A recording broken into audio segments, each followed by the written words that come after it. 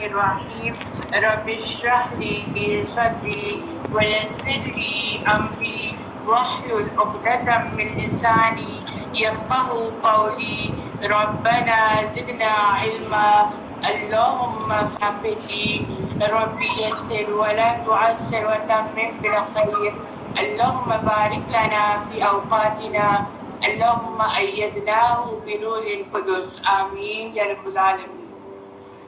کہتے ہیں کہ جو شخص علم کے راستے پر چلتا ہے جنت کا راستہ اس کے لیے آسان ہو جاتا ہے۔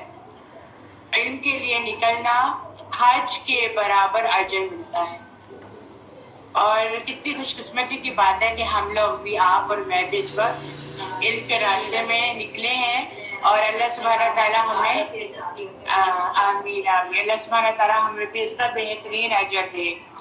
ابو امامہ بیان کرتے ہیں کہ نبی کریم صلی اللہ علیہ وآلہ وسلم نے فرمایا، جو شخص صبح کے وقت اس لیے مسجد کی طرف نکلا کہ بھلائی سیکھے یا سکھائے تو حج ادا کرنے والے کے مثل اس کو اجر ملتا ہے جس نے اپنا حج کو مکمل کر لیا۔ بعض لوگوں کی استطاعت نہیں ہوتی ہے کہ وہ حج کرے، لیکن سب کو شوق ہوتا ہے، لیکن اگر نہیں کر سکتے تو کم از کم ہم دین کا علم تو حاصل کر سکتے ہیں، وہ تو جگہ جگہ ہمیں ملتا ہے۔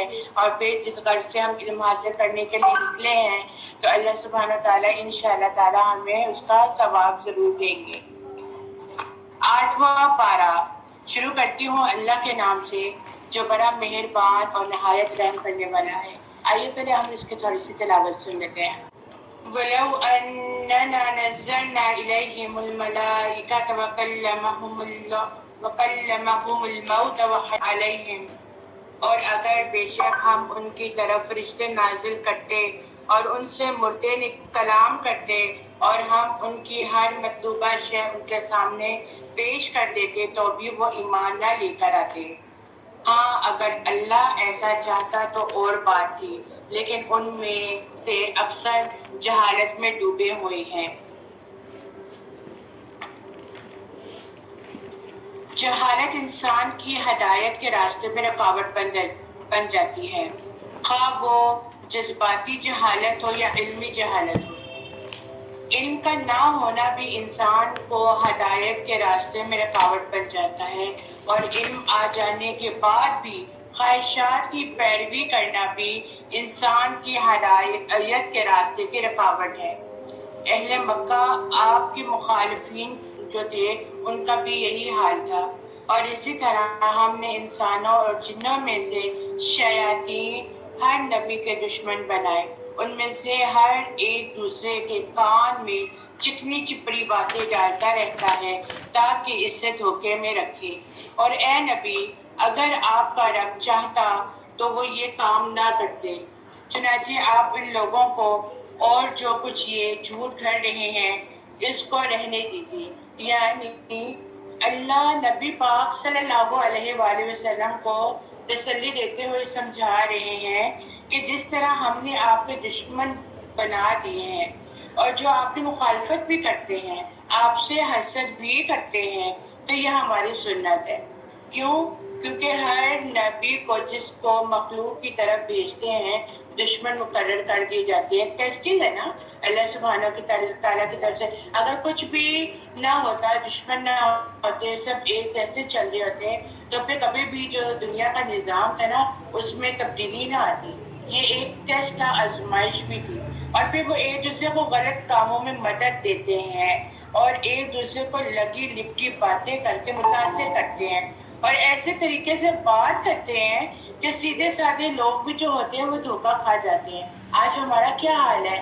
ہم لوگ جو سیدھے بچے ہوتے ہیں، سیدھے لوگ ہوتے ہیں، ہم لوگ ان کی باتوں پہ زیادہ یقین نہیں کرتے ہیں، سچائی پہ ہم زیادہ یقین نہیں کرتے ہیں، لیکن جو منافق ہوتے ہیں، جو غلط بات کرتے ہیں، اور وہ اس خوبصورتی کے ساتھ بات کرتے ہیں کہ ان کی باتوں میں ہمیں سچائی نظر آتی ہے۔ تو اللہ کے نبی صلی اللہ علیہ وآلہ وسلم کے جو مخالفین تھے اور جو دشمن تھے وہ بھی ایسے ہی کیا کرتے تھے۔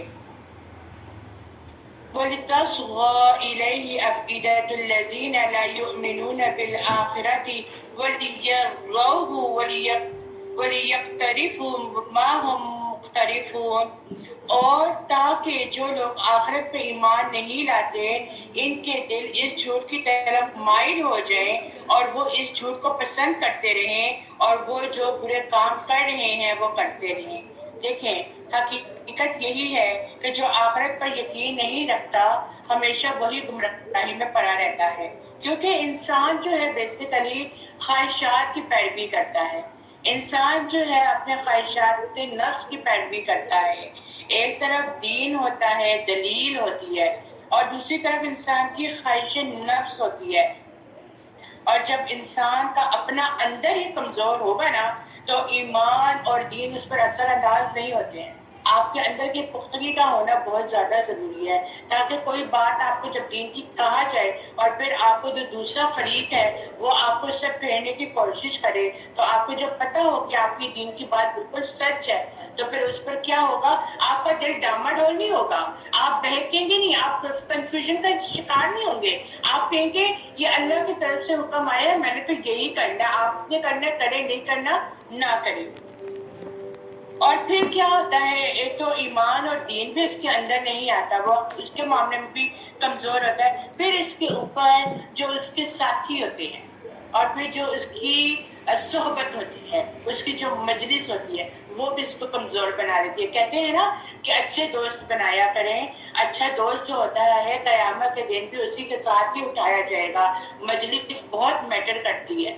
آپ اگر اپنے بچوں کا دیکھیں تو رشتہ کرتے ہیں ہم لوگ اپنے بچوں کا تو لوگ انویسٹیگیشن کرتے ہیں، تو جو لڑکوں کا پتہ کرنا ہوتا ہے نا، لڑکوں کی انویسٹیگیشن کرنی ہوتی ہے وہ اس کے دوستوں سے پتہ چلتی ہے کہ اس کی کیٹیگری کیسی ہے۔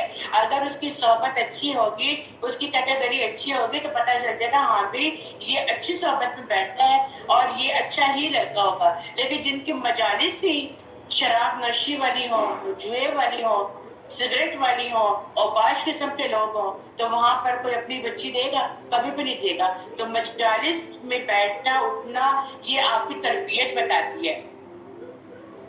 اور پھر وہاں پر کیا ہوتا ہے، وہاں پر پھر ہدایت کا جو راستہ ہوتا ہے وہ مدھم ہوتا چلا جاتا ہے اور ہدایت پر چلنا پھر مشکل ہو جاتا ہے۔ کہہ دیجئے کیا پھر میں اللہ کے سوا اور کوئی اور حاکم تلاش کروں، حالانکہ وہی ہے جس نے تمہاری طرف یہ کتاب تفصیل سے نازل کی ہے، اور جن لوگوں کو ہم نے کتاب دی وہ جانتے ہیں کہ بے شک وہ آپ کے رب کی طرف سے حق کے ساتھ نازل کی گئی ہے، لہٰذا آپ ہرگز شک کرنے والوں میں شامل نہ ہو۔ جو کتاب ہماری طرف آئی ہے تورات انجیل کے بعد ایک مضبوط کتاب ہمیں دے دی گئی جو قیامت تک اس کے اندر رد و بدل نہیں کیا جا سکتا، کسی کی ہمت نہیں ہے، تو یہ کتاب جو ہے جس کا اللہ سبحانہ تعالیٰ نے خود حفاظت لینے کا وعدہ کیا ہے، اس کتاب کو کوئی بھی نہیں جھٹلا سکتا۔ یہ کتاب حق ہے اور یہ کتاب ہی ہے جو ہمیں ہمارے جیسے لوگوں کو راہ راست پہ لا سکتی ہے۔ یہ کتاب ہی ہے جو باطل کو حق راستے پہ چلانے کی ترغیب دیتی ہے۔ تو اگر کوئی آپ کو اس کے بارے میں شک میں ڈالے تو ہم مومن کا کردار کیا ہے کہ ہمیں شک میں نہیں پڑنا چاہیے۔ وَتَمَّتْ كَلِمَةُ رَبِّكَ صِدْقًا وَعَدْلًا لَا مُبَدِّلَ لِكَلِمَاتِهِ وَهُوَ السَّمِيعُ الْعَلِيمُ، اور آپ کے رب کی بات صدق اور عدل میں مکمل ہے، اس کی باتوں کو تبدیل کرنے والا کوئی نہیں ہے، اور وہ خوب سننے والا اور خوب جاننے والا ہے۔ اور اگر آپ اہل زمین کی اکثریت کی اطاعت کریں تو وہ آپ کو اللہ کی راہ سے ہی بہکا دیں گے۔ وہ اپنے گمان کے سوا کسی بات کی پیروی نہیں کرتے اور وہ باتوں کو ظن کی باتیں کرتے ہیں۔ بے شک آپ کا رب اس شخص کو خوب جانتا ہے جو اس کی راہ سے بہکتا ہے، اور وہ ہدایت یافتہ لوگوں کو بھی خوب جانتا ہے۔ میجورٹی کس طرف جا رہی ہے ہمارے معاشرے کی؟ ہم زیادہ دور بات نہیں کرتے، ہم اپنے معاشرے کی بات کرتے ہیں۔ ہماری معاشرے کی میجورٹی کس طرف جا رہی ہے؟ یہ دلیل نہیں ہے، کیونکہ لوگوں کی اکثریت جو ہے وہ خواہشات کی پیروی کرتی ہے، قیاس آرائیوں اور گمان کے ذریعے زندگی گزار رہی ہے۔ ہم لوگ بھی گمان کے ذریعے گزار رہے ہیں نا.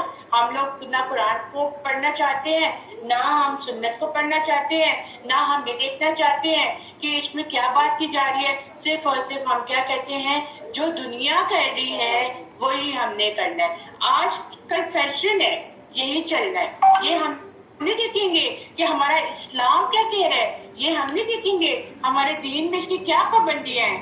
کیونکہ ایسے لوگوں کے پاس چند باتوں کے سوا کچھ بھی نہیں ہے. اور جو لوگ زندگی کا معیار قرآن اور سنت کو بنا لیتے ہیں اور واپسی بھی اسی کی طرف ہے، تو وہی فیصلہ کرے گا کہ کون سیدھے راستے پر ہے اور کون سیدھے راستے پر چل کر اپنی منزل کو پا لیتا ہے اور کون بہک جاتا ہے. فَكُلُوا مِمَّا ذُكِّرَ اسْمُ اللَّهِ عَلَيْهِ إِن كُنتُم بِآيَاتِهِ مُؤْمِنِينَ. چنانچہ تم اس جانور کا گوشت کھاؤ جس پر اللہ کا نام پڑھا گیا ہو، اگر تم اس کی آیات پر ایمان لانے والے ہو. اب اہل مکہ اعتراض کرتے تھے کہ آپ لوگ کیسے لوگ ہیں کہ جس کو آپ لوگ مار کر ذبح کر کر کھاتے ہیں تو وہ آپ لوگ کہتے ہیں حلال ہے، اور جو طبعی موت مر جاتا ہے تو آپ لوگ کہتے ہیں یہ حرام ہے. یہ ان کی دراصل لاجیکلی سوچ ہے. حلال کھانا بھی ایک ایمان کا حصہ قرار دے دیا گیا ہے. تو ہم جیسے جانتے ہیں کہ اللہ سبحانہ و تعالیٰ کہتے ہیں کہ اللہ کے نام پر ذبح کیا ہوا جانور جو ہے وہ حلال ہے، لیکن اہل مکہ کو اس پہ اعتراض تھا. تو اس کی بھی ہر چیز میں دیکھیں، آپ لوگ پیچھے سے بنی اسرائیل کی باتیں سنتے ہوئے آ رہے ہیں. ہر چیز میں ایک سے بات دوسرے، دوسرے سے بات تیسرے، ہر چیز میں ان کو اعتراضات ہی رہے ہیں. اور ہم 8ویں پارے پر اور ہم یہی دیکھتے آ رہے ہیں کہ اہل مکہ میں سے بہت سی اکثریت ایسی ہے جو ہر بات میں اعتراضات پہ اعتراضات ہی نکالتی ہے اور مانتی نہیں ہے. وجہ کیا ہے؟ کیونکہ ہم لوگ اکثریت، ہمارا معاشرہ ایسا ہے جو قرآن اور سنت کی پیروی نہیں کرنا چاہتا. ویسے تو ہم کہتے ہیں ہم مسلمان ہیں، ویسے تو ہم کہتے ہیں ہم مومن ہیں، لیکن ہم ان باتوں کو ماننا نہیں چاہتے جو ہمارے ذہن کے خلاف چلی جاتی ہے، جس میں ہماری خواہشات کے الٹ ہو جاتی ہے. کیونکہ ہم نے اپنے خواہشات کو فرسٹ اسٹیپ پہ رکھا ہوا ہے، باقی سب چیزوں کو ہم نے پیچھے کر دیا ہوا ہے. حالانکہ اللہ نے ان سب جانوروں کے بارے میں تفصیل سے بتا دیا ہے جو اس نے تم پر حرام کیے ہیں، مگر جسے تم کھانے پر مجبور ہو جاؤ تو وہ بھی حلال ہے. یعنی کہ زندگی اور موت کی کشمکش میں آ گئے ہو، نہیں کچھ مل رہا، تو ایسے مجبوری ہے کہ جس میں آپ کی جان جانے کا ڈر ہے، تو اس پہ کیا کہہ دیا، اس پر آپشن لگ دی گئی کہ اس کو آپ کھا سکتے ہو کیونکہ بہت زیادہ مجبوری ہے. اور بے شک اکثر لوگ اپنی خواہشات سے بغیر علم کے دوسروں کو بہکاتے ہیں. یاد رکھیں یہاں پہ جو لکھا گیا ہے نا، بغیر علم کے دوسروں کو بہکاتے ہیں، بغیر علم کے کسی کو بات بھی نہیں کرنی چاہیے. یہ سب سے بڑا لیسن ہے ہمارے لیے. اگر علم نہیں ہے تو صاف کہہ دے، اس میں شرمانے کی ضرورت نہیں ہے. صاف کہہ دے لا ادری، مجھے نہیں معلوم ہے، اور پہلے اس علم کو سیکھ لیں، اس پر گرپ لے لیں، اس کے اوپر چل کے دیکھ لیں، علم کی سمجھ آ جائے تو پھر دلیل کے ساتھ دوسروں کا سمجھائیں. اور جب دو لفظ پڑھنے کے بعد اگر کوئی آپ کو کہہ دے کہ آپ تو مولویان بن گئی ہیں، چلے نا ہمیں یہ بتائیں، تو کبھی بھی اپنی ذات کو اونچا رکھنے کے لیے کہ لوگ کیا کہیں گے، ایسی حرکت کبھی بھی نہیں کرنی چاہیے. کیونکہ اگر آپ کسی کو غلط بات بتا دیتے ہیں اور جو دوسرا بھی ہوگا وہ بھی ہماری طرح ہی ہوگا، جس کو کوئی سمجھ نہیں آئے گی، وہ تو ہماری بات پہ یقین کر لے گا نا. جب وہ ہماری بات پہ یقین کر لے گا تو پھر وہ ایک سے دوسرے اس طرح یہ چینج چلتی جاتی ہے اور پھر یہ غلط بات آگے چلتی گئی نا. جس طرح ہم کہہ دیتے ہیں تھریڈ آ گیا ہر جگہ پہ، ہمیں اس کی حقیقت کا پتہ نہیں ہوتا.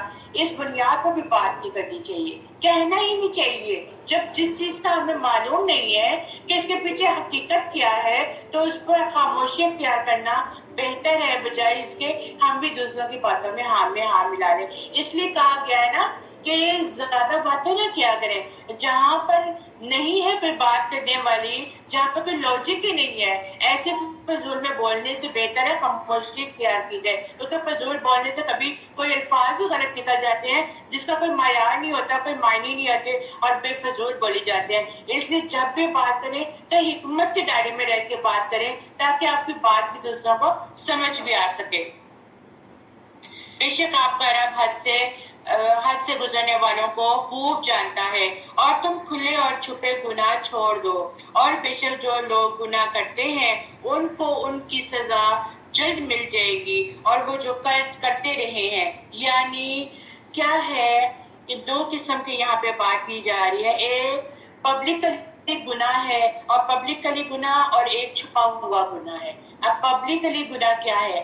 پبلکلی گناہ یہ ہے تمہاری برائی کر دی تمہارے سامنے، میری برائی کر دی اس کے سامنے، سامنے تانا بازی کر دیا، سامنے ایک دوسرے سے لڑائی کر دی، اور پھر یہ کہہ دینا کہ ہم کوئی ڈرتے تو نہیں، ہم نے یہ بات کی۔ اکثر ہم گھر میں ایسی بات کرتی نا، ہم نہیں ڈرتے کس سے، ہم تو منہ پہ بات کہہ دیتے ہیں۔ اور پھر کیا ہے چھپا ہوا گناہ کیا ہے کہ غیبت کر لینا، کسی کے پیٹھ پیچھے بات کر لینا، جو کہ ہم عورتوں کی بہت بڑی یہ خامی ہے کہ ہم ہر ایک کے پیچھے بات کر لیتے ہیں۔ کیوں؟ اور پھر یہ کہہ دیتے ہیں کہ ہم کسی سے ڈرتے نہیں ہیں، ہم تو اس کے منہ پہ بھی بات کر دیں گے۔ تو کہا جاتا ہے وَيْلٌ لِكُلِّ هُمَزَةٍ لُمَزَةٍ، غیبت چھپ کر بھی کی جائے، پیٹھ پیچھے کی جائے، کسی کے کان میں کی جائے یا پرائیویٹلی کی جائے، یہ چھپا ہوا گناہ ہے، اور دونوں میں ہی جو ہے وہ ہلاکت ہے۔ اور اسی طرح جہاں پر ہم تانا زنی کرتے ہیں، پھر اسی طرح جو ہے چوری کرنا، زنا کرنا، یہ سب کچھ جو ہے یہ بھی گناہ میں ہی شامل ہو جاتے ہیں۔ پھر کہا جاتا ہے وَلَا تَأْكُلُوا مِمَّا لَمْ يُذْكَرِ اسْمُ اللَّهِ عَلَيْهِ وَإِنَّهُ لَفِسْقٌ وَإِنَّ الشَّيَاطِينَ لَيُوحُونَ إِلَىٰ أَوْلِيَائِهِمْ لِيُجَادِلُوكُمْ، اور تم اس جانور کا گوشت مت کھاؤ جس پر اللہ کا نام نہ پڑھا گیا ہو، کیونکہ یہ کھانا یقیناً نافرمانی ہے، اور بے شک شیاطین اپنے دوستوں کے ذہنوں میں شبہ ڈالتے ہیں تاکہ وہ تم سے جھگڑا کریں، اور اگر تم نے ان کی اطاعت کی تو بلا شبہ تم بھی ضرور مشرک ہو جاؤ گے۔ حدیث میں آتا ہے اللہ کے نبی صلی اللہ علیہ وآلہ وسلم نے فرمایا جو چیز خون بہا دے اور اس پر اللہ کا نام لیا گیا ہو اسے کھاؤ، اور جس کھانے پر اللہ کا نام نہ لیا گیا ہو، بتوں کا یا غیر اللہ کا لیا جائے، تو وہ ابلیس کا رزق ہے۔ ٹھیک ہے؟ اور نبی پاک صلی اللہ علیہ وآلہ وسلم فرماتے ہیں کہ ابلیس نے کہا اے اللہ تو نے ساری مخلوق کا رزق واضح کر دیا ہے، تو نے میرا رزق کہاں رکھا ہے؟ تو اللہ سبحانہ تعالیٰ کا جواب کیا ہے؟ وہ فرماتے ہیں کہ ہر وہ چیز جس پر میرا نام نہ لیا جائے تو وہ تیرا ہے۔ اب دیکھیں اس بات سے ایک اور بات سمجھ میں آتی ہے کہ ہم لوگ بہت جلدی میں کبھی کھانا کھاتے ہوئے بسم اللہ پڑھنا ہی بھول جاتے ہیں، اور بچے بھی اکثریت ایسے کرتے ہیں، کھانا کھاتے ہوئے ہم بسم اللہ بھول جاتے ہیں۔ بڑی مزے کی چیز ہے، بریانی آ گئی ہے، پیزے آ گئے ہیں، برگر آ گئے ہیں، اب نہیں ہمیں یاد رہنا کہ ہم نے بسم اللہ پڑھنی ہے۔ تو اس میں کون شریک ہو جاتا ہے؟ اس میں شیطان شریک ہو جاتا ہے۔ اور پھر اس لیے کیا ہوتا ہے کہ کھانا کھانے کی وہ لذت نہیں رہتی ہے، کھا تو رہے ہیں ہمارے پیٹوں میں تو جا رہے ہیں، لیکن جب اس میں ابلیس شامل ہو گیا تو اس کے اندر سارا ذائقہ جو ہے وہ ختم ہو جاتا ہے۔ اور پھر دیکھیں آپ اس کے بعد پیٹ میں درد ہو جانا، ہضم نہیں ہونا، ایسیڈیٹی ہو جانا، اور مختلف بیماریاں ہو جاتی ہیں۔ اور پھر ہم کہتے ہیں ہم نے فلاں چیز کھا لی تھی، لیکن کبھی ہم نے اس چیز پہ غور کیا کیا ہم نے اللہ کا نام لیا تھا کھانے میں؟ لیکن اسی لیے تو کھانے کی دعا بتا دی گئی ہے کہ اگر شروع میں کھانا کھانے سے پہلے کی دعا پڑھیں، بھول جائے تو درمیان کی دعا پڑھیں، کھا پی لیا تو پھر بعد میں اللہ کا شکر ادا کرتے ہوئے بھی دعا پڑھ لیں۔ اس لیے تو یہ تمیز سکھائی جاتی ہے۔ لیکن ہم کیسے لوگ ہیں کہ ہم تو جانوروں سے بھی بدتر ہیں، جانوروں سے بھی بدتر ہے کہ ہمیں اتنی تمیز نہیں ہے کہ ہم نے جب کھانے کے لیے بیٹھنا ہے تو ہم نے کون سی اخلاقیات کو سامنے رکھنا ہے۔ پھر کہا جاتا ہے اومن کان میتن فاحییناہ وجعلنا لہ نورا، کیا ایک ایسا شخص جو مردہ تھا پھر ہم نے اسے زندہ کیا اور ہم نے اس کے لیے نور بنا دیا۔ یہاں پہ مردہ شخص وہ نہیں ہے جو مرا ہوا ہے، یہاں پہ مردہ شخص وہ ہے جو نہ تو خود کو پہچانتا ہے، نہ اپنے دین کو پہچانتا ہے، نہ اپنے رسول کو پہچانتا ہے، اور نہ اپنی آخرت کو پہچانتا ہے۔ پھر اسے زندہ کیا۔ کیسے زندہ کیا؟ اسے علم سکھایا، اس کو شعور دیا، اس کو طریقہ بتایا، اس کو علم کی سمجھ عطا کی، اس کو روشنی عطا کی، جس کی وجہ سے وہ لوگوں میں زندگی بسر کر رہا تھا۔ ہم لوگ بھی دیکھیں، آج سے پہلے ہم لوگوں نے جب قرآن کو نہیں پڑھا، قرآن کو نہیں سمجھا، لوگوں کے بیچ میں تو رہ رہے تھے، لیکن ہماری وہ حیثیت کیا تھی؟ مردہ تھے، مردہ تھے نا، ہمیں کسی چیز کا نہیں علم تھا۔ اللہ سبحانہ تعالیٰ ہمیں کیا کہہ رہے ہیں، اللہ سبحانہ تعالیٰ ہمیں کیا سکھانا چاہ رہے ہیں، لیکن جب ہمیں علم آیا تو آج ہم کیا کہتے ہیں؟ اللہ تیرا شکر کہ تو نے ہمیں اس محفل میں بٹھایا، تو نے ہمیں توفیق دی کہ ہم دین کا علم کو سیکھ سکیں، ورنہ بہت سے لوگ ایسے ہیں جو آج بھی اس محفل کا حصہ نہیں ہے۔ اللہ سبحانہ تعالیٰ نے ان کو توفیق ہی نہیں دی، کیونکہ ان کے دل میں بھی طلب نہیں تھی، ان کے دل میں بھی طلب نہیں تھی۔ تو جو لوگوں کے بیچ میں رہتا ہے لیکن اس کی سوچ مختلف ہوتی ہے، اس کا سٹائل مختلف ہوتا ہے، اس کی طرز زندگی مختلف ہوتی ہے، تو مسلمان جو ہوتا ہے نا، جو مومن ہوتا ہے نا، وہ اپنے ظاہر اور باطن سے پہچانا جاتا ہے۔ ٹھیک ہے، نام تو مسلمان نہیں بننا، ایسا بننا ہے کہ باہر سے بھی ہماری شخصیت کا پتہ چلے اور اندر سے بھی ہماری شخصیت کا پتہ چلے۔ ہمیں کسی کو لیبل اپنے ماتھے پہ لگانے کی ضرورت نہ پڑے کہ ہم فلاں فلاں ہیں، وہ تو پھر دکھاوا آ جاتا ہے نا، وہ تو پھر ریاکاری آ جاتی ہے۔ پھر ایمان جب آ جاتا ہے تو اس سے قلب کو روشنی نصیب ہوتی ہے، آپ کے سینے میں روشنی نصیب ہوتی ہے، اور پھر اس کے عمل صالح کو روشنی بخشی جاتی ہے۔ پھر کیا ہوتا ہے؟ پھر وہ ہیں کہ جن کو اندھیرے، جس کا حال یہ ہے کہ وہ اندھیرے میں پڑا رہا، اس سے نکلنے والا نہیں۔ اسی طرح کافروں کے لیے ان کاموں میں کشش رکھ دی گئی ہے جو وہ کرتے ہیں۔ جہالت کے اندھیرے، کفر کے اندھیرے ہیں، کہیں سے ہدایت کا کوئی راستہ بھی ان کو نہیں ملتا۔ جو اللہ کو نہیں مانتے اور وہ فخر کرتے ہیں کہ وہ بہت اچھا کر رہے ہیں، وہ بہت اچھی زندگی گزار رہے ہیں، دراصل یہ ان کی اپنے خواہشات نفس کی پیروی ہے جن کے پیچھے وہ چل رہے ہیں، اور وہ ایمان کو لینا ہی نہیں چاہتے، وہ اپنی ساری زندگی کو صرف غلط راستوں پہ ہی ڈالنا چاہتے ہیں۔ پھر کیا ہے؟ وَكَذَلِكَ جَعَلْنَا فِي كُلِّ قَرْيَةٍ أَكَابِرَ مُجْرِمِيهَا لِيَمْكُرُوا فِيهَا، اور اسی طرح ہم نے ہر بستی میں اس کے بڑے بڑے مجرموں کو لگا دیا کہ وہ اس بستی میں اپنے مکر و فریب کا جال پھیلا دیں، اور وہ اپنے آپ ہی سے مکر و فریب کرتے ہیں اور وہ شعور نہیں رکھتے۔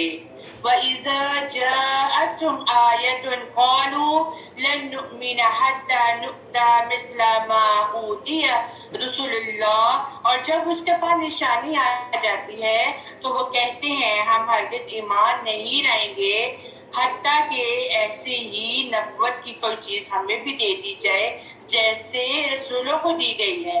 اب ایک کے بعد دیگرے تعویلیں، بہانے، ایک کے بعد ایک فرمائشیں، وہ اب ان کی ضد یہ ہے کہ بھئی ہم کیوں ایمان لے کر آئیں؟ اگر اس انسان کو نبوت دے دی گئی ہے تو ہمیں بھی وہ چیز دو تو پھر ہم مانیں گے، ورنہ ہم نہیں مانتے۔ اللہ زیادہ بہتر جانتا ہے کہ اپنی رسالت کا کام وہ کس کو سونپے گا۔ ہر کسی کو تو نہیں سونپی جا سکتی۔ کیا دین کا علم ہر کسی کو دیا جا سکتا ہے؟ کیا آپ کو اگر کوئی علم، دین کا علم کہ جاؤ جا کے پڑھاؤ، کیا پڑھا کر آئیں گے آپ؟ کچھ نہیں، جب تک کہ آپ کے اندر علم نہیں ہوگا۔ تو یہ سب کچھ سیکھنے سے اور علم حاصل کرنے سے ملتا ہے، ایسے نہیں مل جاتا۔ تو اللہ سبحانہ تعالیٰ کو بھی پتا تھا کہ انہوں نے نبوت کن رسولوں کو دینی ہے، ہر ایک کو نہیں دی جاتی۔ اگر ہر ایک کو دی جاتی تو پھر تو بگاڑ پیدا ہو جاتا، ہر کوئی اپنی منمانیاں کرنے لگ جاتا۔ اور پھر جن لوگوں نے جرم کیے انہیں جلد ہی اللہ کے ہاں ذلت ملے گی اور اس مکر و فریب کی وجہ سے شدید عذاب ہوگا جو وہ کرتے رہے۔ چنانچہ اللہ جسے ہدایت دینا چاہتا ہے تو اس کا سینہ اسلام کے لیے کھول دیتا ہے۔ یعنی ہدایت جو ہے وہ بہت ضروری چیز ہے۔ ہدایت کائنات کی نشانیاں یہ سب انسانوں کے لیے برابر ہیں، لیکن بہت ہی کم لوگ ایسے ہیں جو اللہ سبحانہ و تعالیٰ کی نشانیوں میں غور و فکر کرتے ہیں۔ کیا ہم لوگ غور و فکر کرتے ہیں؟ کیا کبھی سکون سے بیٹھ کر چھت پہ چارپائی پہ لیٹ کر آپ نے کبھی آسمان کی تخلیق کو دیکھا ہے؟ اللہ تعالیٰ نے 7 آسمان تو بنا دیے بغیر پلر کے، آسمان اپنی جگہ پہ کھڑے ہیں، کبھی ہم نے غور و فکر کیا ہے؟ ہمارے پاس ٹائم نہیں ہے۔ بارش برستی ہے، بادل آتے ہیں، بجلی کڑکتی ہے، بادل گرجتے ہیں، آپس میں ٹکراتے ہیں، پھر وہاں سے پانی آ جاتا ہے۔ کہاں سے آتا ہے؟ اوپر اللہ نے نل لگائے ہوئے ہیں، کہاں سے آتا ہے یہ بارش کا پانی؟ کبھی غور کیا ہے؟ پانی بیج ڈالو، سورج کی روشنی پڑتی ہے، پانی دیا جاتا ہے، کوپے پھوٹتی ہیں، پھر پھل نکلتے ہیں، درخت بنتے ہیں، یہ کہاں سے آتا ہے؟ کیا کبھی سکون سے اس کا عمل دیکھا ہے؟ ایک گھر میں دھنیا کا پودا ہی لگا کر دیکھیں، ذرا اس کے بعد ایکسپیریمنٹ کریں نا آپ لوگ سب اپنے اپنے گھروں میں، اپنے گملوں میں کچھ لگا کر دیکھیں اور اللہ کی کریشن کو دیکھیں، اس پہ غور و فکر کریں۔ اور تو چھوڑیں، ان ماں کو دیکھیں جو پریگننٹ ہے، ان کا پہلے مہینے سے لے کر 9 مہینے تک ماں کے پیٹ کے اندر 7 پردوں کے اندر کیا کچھ چل رہا ہے، اندر شکلیں بن رہی ہیں، اس ماں کی خوراک سے اس بچے کو خوراک مل رہی ہے، یہ کون کہہ رہا ہے؟ ہمارا اختیار ہے۔ اس چیز کو بھی چھوڑیں، اللہ تعالیٰ نے ہمارا نظام بنایا ہے جس پر ہم اتراتے ہیں، جس پر ہم تکبر کرتے ہیں۔ ہم تو تم سے تو بہت زیادہ اچھے ہیں، تم کون ہوتے ہو؟ لیکن ہمارے جسم پر نظام چلانے والا یہ کون ہے؟ بھوک لگ رہی ہے، واش روم آیا ہے، پخانہ آیا ہے، پیریڈز چالو ہو رہے ہیں، رک رہے ہیں، یہ ہمارے جسم کا اختیار کس پہ ہے؟ ہمارے پہ بھی نہیں ہے، جس پہ ہم اتنا اترا رہے ہیں، جس پہ ہم اتنا تکبر کر رہے ہیں، یہ ہمارا اختیار نہیں ہے، یہ چلانے والی کی ذات وہ ہے۔ صرف اس نے ہمیں دنیا میں بھیج کے کہا میں اب تمہاری ٹیسٹنگ کر رہا ہوں، تمہیں دنیا میں نے کیوں بھیجا کہ میں تمہیں چیک کر رہا ہوں کہ تم دنیا میں رہ کر اب تم کیسے میری عبادت کرتے ہو، تم دنیا کے پیچھے جاتے ہو یا تم میری پیروی کرتے ہو، کہ تم دین کی طرف جاتے ہو۔ ہمارا حال کیا ہے؟ ہمارا حال کیا ہے؟ ہم لوگ سب کچھ دیکھنے کے باوجود بھی اس پر عمل نہیں کرتے، اور اللہ تعالیٰ انہیں توفیق بھی نہیں دیتا۔ پھر جو اس پر غور و فکر ہی نہ کرتے ہیں، پھر اللہ تعالیٰ اس کو توفیق نہیں دیتا، کیونکہ اللہ نے فرما دیا کہ اللہ تعالیٰ جس کو ہدایت دیتا ہے اس کو دین کی سمجھ عطا کر دیتا ہے۔ پھر آگے کہہ دیا گیا اور جسے گمراہ کرنا چاہتا ہے تو اس کا سینہ بہت تنگ کر دیتا ہے، جیسے وہ آسمان میں چل رہا ہو۔ اسی طرح اللہ ان لوگوں پر پلیدگی مسلط کر دیتا ہے جو ایمان نہیں لے کر آتے۔ تو ہمیں سینے کا تنگ ہونا کیا ہے؟ جس کو دین کی محفلوں میں بیٹھنا بھاری لگتا ہے، جو چاہتے نہیں ہیں اللہ دورے قرآن میں 2.5 گھنٹے 3 گھنٹے پر بیٹھنا پڑے گا، کب تک یہ رہے گا؟ ہم اتنی دیر تو نہیں بیٹھ سکتے ہیں، ہم اتنی دیر تو نہیں بیٹھ سکتے ہیں، یہ تو بہت مشکل ہے۔ اور پھر جب نماز کی باری آتی ہے تو اس پر نماز بھی بھاری لگنے لگتی ہے، پھر اس محفل میں بیٹھ کے سانس لینا بوجھل ہو جاتا ہے، اور قرآن سنتے بھی ہیں لیکن ان کے اندر نہیں جاتا۔ لوگ قرآن سنتے بھی ہیں لیکن اندر نہیں جاتا۔ 2-2.5 گھنٹے بیٹھنے کے بعد جب اٹھ کے جاتے ہیں اپنا محاسبہ کیا کریں، کیا لے کر جاتے ہیں یا خالی ہاتھ چلے جاتے ہیں؟ دل میں اندر کچھ جائے گا تو کوئی نہ کوئی 100 میں سے کوئی ایک بات رہ جائے گی نا، تو سمجھ آگے کہ کچھ لے کے جا رہے ہیں، اور ویسے ہی اٹھ کے چلے گئے اور بھائی لوگوں کو پتہ چل گیا اچھا یہ حجیانی تو دین کی محفل میں جاتی ہے، واہ واہ، دنیا کے آگے تو واہ واہ ہو گئی لیکن اندر کا من نہیں خالی رہ گیا۔ ایسا حال تو نہیں ہے آپ کا اور میرا؟ یہ ضرور چیک کریں۔ اب اللہ سے پھر یہ دعا بھی کرنی چاہیے، اللہ تعالیٰ سے کیا دعا کرنی چاہیے؟ رب اشرح لی صدری ویسر لی امری واحلل عقدۃ من لسانی یفقہوا قولی۔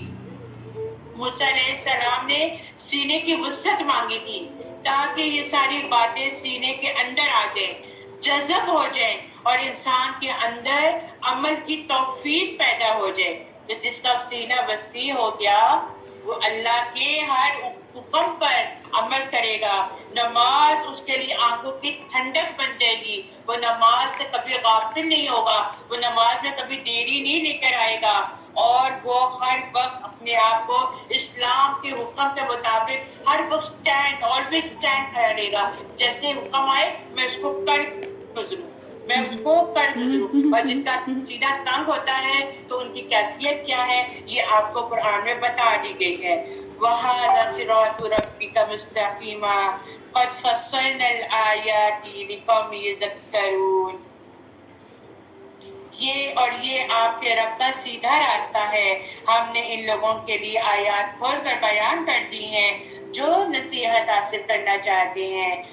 لہم دار السلام عند ربہم، بڑی خوبصورت آیت ہے، بہت خوبصورت الفاظ ہے۔ دار السلام بہت پیارا لفظ ہے، سلامتی کا گھر، بہت خوبصورت بات ہے۔ انہی کے لیے ہے، ان کے رب کے ہاں سلامتی کا گھر ہے، اور وہ ان کاموں کی وجہ سے ان کا دوست ہے جو وہ کرتے ہیں۔ یاد رکھیے جنت دار السلام ہے، جو اس میں داخل ہوگا اس کو کبھی کوئی غم نہیں ہوگا۔ جنت والوں کے لیے خوشخبری لکھ دی گئی ہے کہ وہ کبھی جنت میں جا کر بیمار نہیں ہوں گے، ساری نعمتیں جو ہیں وہ صحت کے ساتھ ہیں۔ آپ کو سوچئے ساری نعمتیں ہوں آپ کے پاس، مال ہے، دولت ہے، گاڑیاں ہیں، پیسہ ہے، لیکن صحت نہیں ہے، کیا کریں گے؟ کیا کریں گے؟ بیکار ہے سب کچھ، کیونکہ صحت کے ساتھ ہی سب کچھ ہے۔ تو کہا جاتا ہے کہ جنت میں انسان کو بڑھاپا بھی نہیں آئے گا، جنت میں انسان جوان رہے گا۔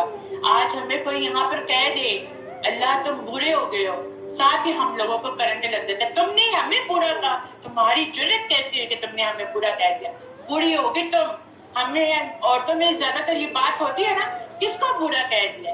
مزے کی بات ہے، تھوڑا سا یہ اپنے بارے میں بات کرتی چلتی ہوں کہ ہم لوگ ایک جگہ پہ جا رہے تھے تو وہاں پہ پھول بیچنے والا بچہ نا پھول لے کے جا رہا تھا، تو وہاں پر ایک بچہ گاڑی کے پاس آ کے کہتا ہے خالہ پھول لے لو،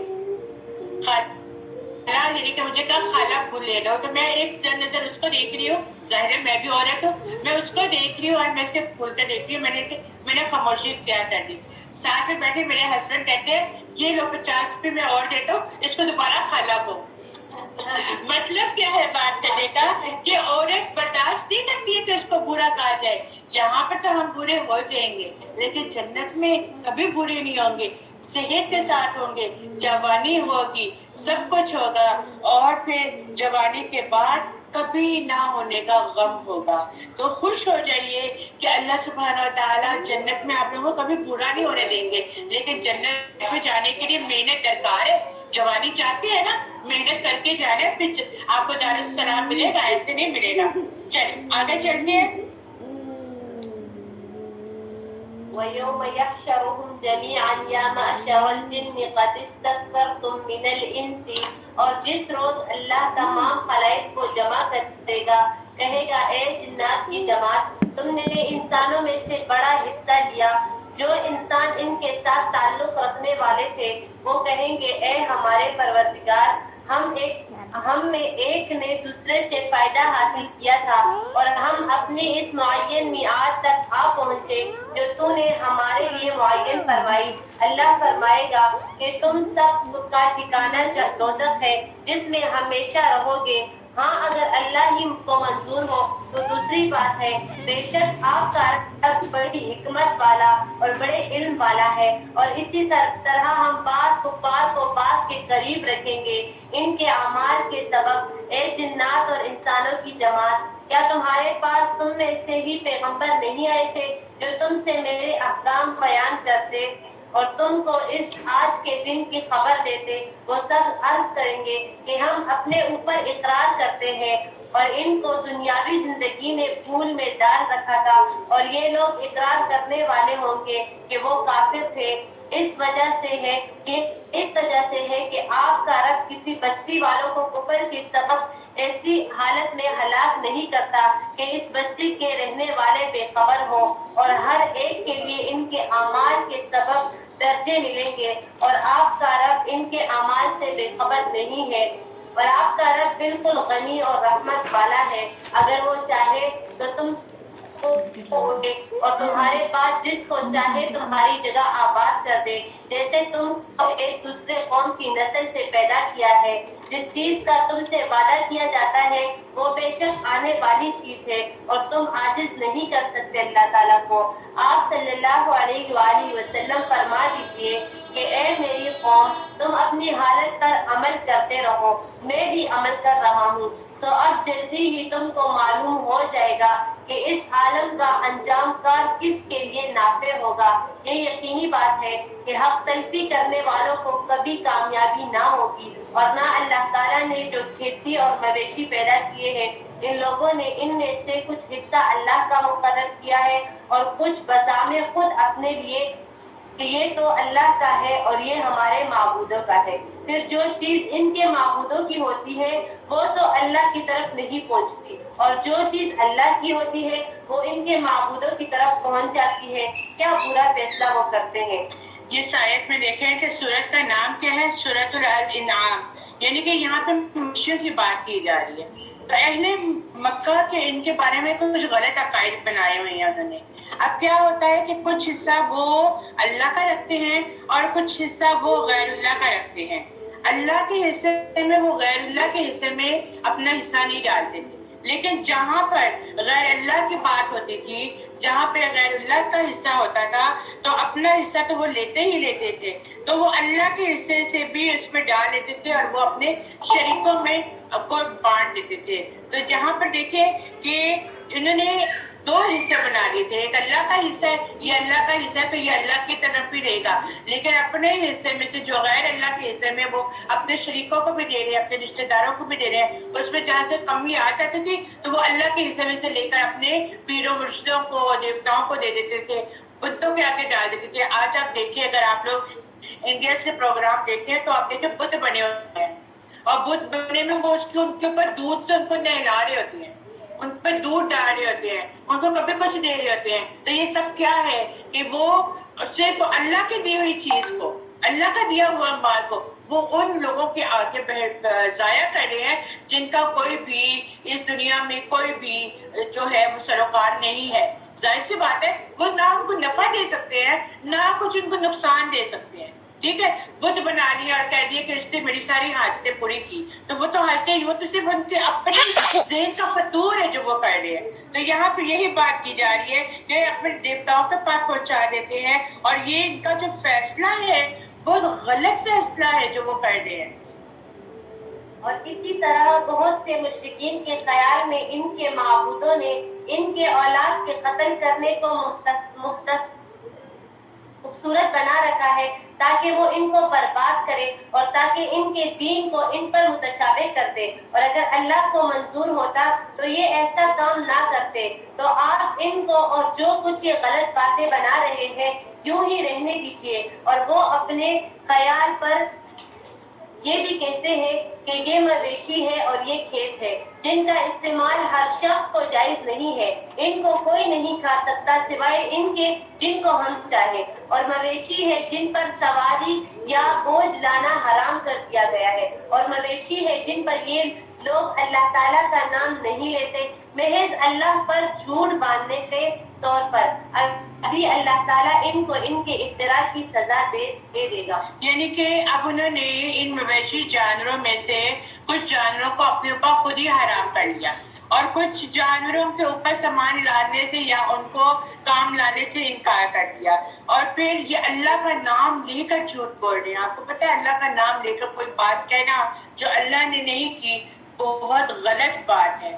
بہت غلط بات ہے. اللہ سبحانہ تعالیٰ کہتے ہیں جو غلط بات میرا نام لے کے کہے گا اس کا انجام کیا ہے؟ اس کا انجام دوزخ ہے، اس کو دردناک قسم کا عذاب دیا جائے گا. اور غلط بات کہہ کر نبی پہ لگانا، نبی کا نام لے کر لگانا یا اللہ کا نام لے کر لگانا سب برا فعل ہے. اور پھر وہ یہ کہتے ہیں کہ انہوں نے کہا ان حرام کیوں ہے چپائیوں کے پیٹ میں جو بچہ ہو وہ خالص ہمارے مردوں کے لیے ہے اور ہماری عورتوں پر حرام ہے. اب دیکھیے عورتیں بیچ میں پھنس گئی بیچاری، پھر پھنس گئی.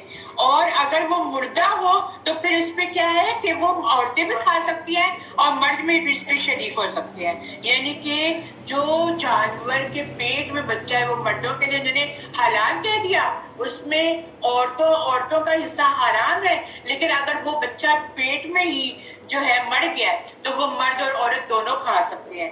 یہ ان کی خود سے بنائی ہوئی باتیں ہیں. جلد ہی اللہ انہیں اس طرح خود ہی حلال اور حرام طے کرنے کی سزا دے گا. بے شک وہ بڑا حکمت والا خوب جاننے والا ہے. بے شک وہ لوگ خسارے میں رہے جنہوں نے اپنی اولاد کو علم کے بغیر بے وقوفی سے قتل کر دیا. اللہ انہیں جو رزق دیا اور اللہ نے انہیں جو رزق دیا اللہ پر جھوٹ باندھ کر اسے حرام ٹھہرایا. تحقیق وہ گمراہ ہو گئے اور وہ ہدایت یافتہ نہیں تھے. وہ کیسے سخت دل ہوتے ہیں وہ لوگ جو اپنی اولاد کو ہی مار دیتے ہیں اور کہتے ہیں یہ تو میرا بچہ میں جو مرضی کروں. یہ ہمارا ذمہ داری ہے. بس اولاد بھی جو ہے وہ ہماری نہیں ہے، ہمارے اوپر امانت ہے. ہمارے اوپر امانت ہے کہ اللہ تعالیٰ نے دے دی ہماری ہمیں امانت اور ہم نے یاد رکھیے خود ساختہ طریقوں کو اللہ تعالیٰ پسند نہیں کرتے اور خود ساختہ طریقوں سے اللہ سبحانہ تعالیٰ کو راضی نہیں کیا جا سکتا. اپنے من گھڑت دین بنا لینا دین نہیں ہوتا.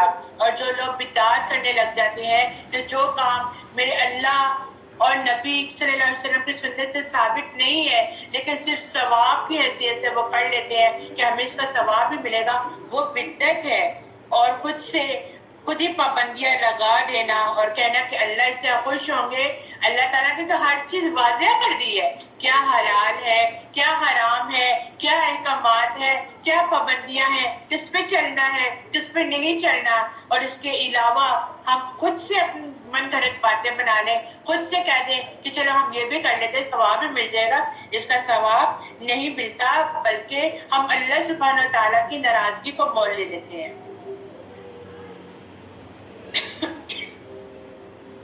قد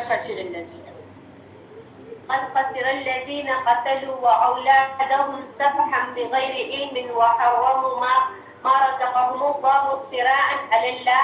باقی خرابی میں پڑ گئے وہ لوگ جنہوں نے اپنی اولاد کو محض برائے حماقت بلا کسی سند کے قتل کر ڈالا اور جو چیزیں ان کو اللہ نے کھانے پینے کو دی تھی ان کو حرام کر لیا محض اللہ پر افتراء باندھنے کے طور پر. بے شک یہ لوگ گمراہی میں پڑ گئے اور کبھی راہ پر چلنے والے نہیں ہوئے.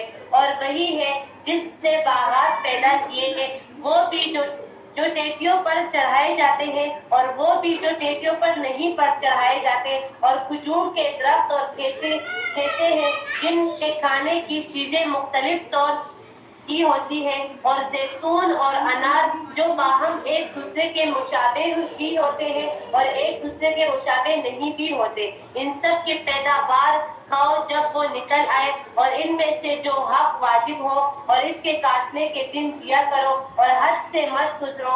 یقیناً وہ حد سے اللہ تعالیٰ حد سے گزرنے والوں کو پسند نہیں کرتا. دیکھیں یہاں پر کھجوروں کی، اناج کی، زمین کی بات کی جا رہی ہے. آپ کو پتہ ہے کہ جن کے پاس زمین ہوتی ہے نا ان کے پاس بہت پیسہ بھی ہوتا ہے، وہ مالدار لوگ ہوتے ہیں.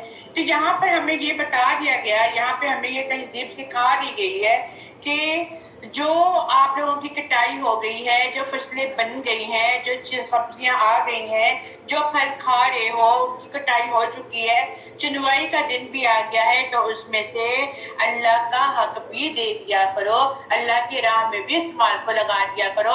یہ نہیں کہ سارا خود پہ ہی خرچ کر ڈالو. خود پہ ہی اور خود پہ بیچا کہ ہمارے پاس ہے ہم اس کو خرچ کرتے رہیں گے تو یہ کیا ہے، یہ فضول خرچی میں شامل ہو جاتا ہے. تو فضول خرچی بھی نہیں کرنی چاہیے، حد سے زیادہ تجاوز بھی نہیں کرنا چاہیے، یہ اسراف کے اس پر آتا ہے.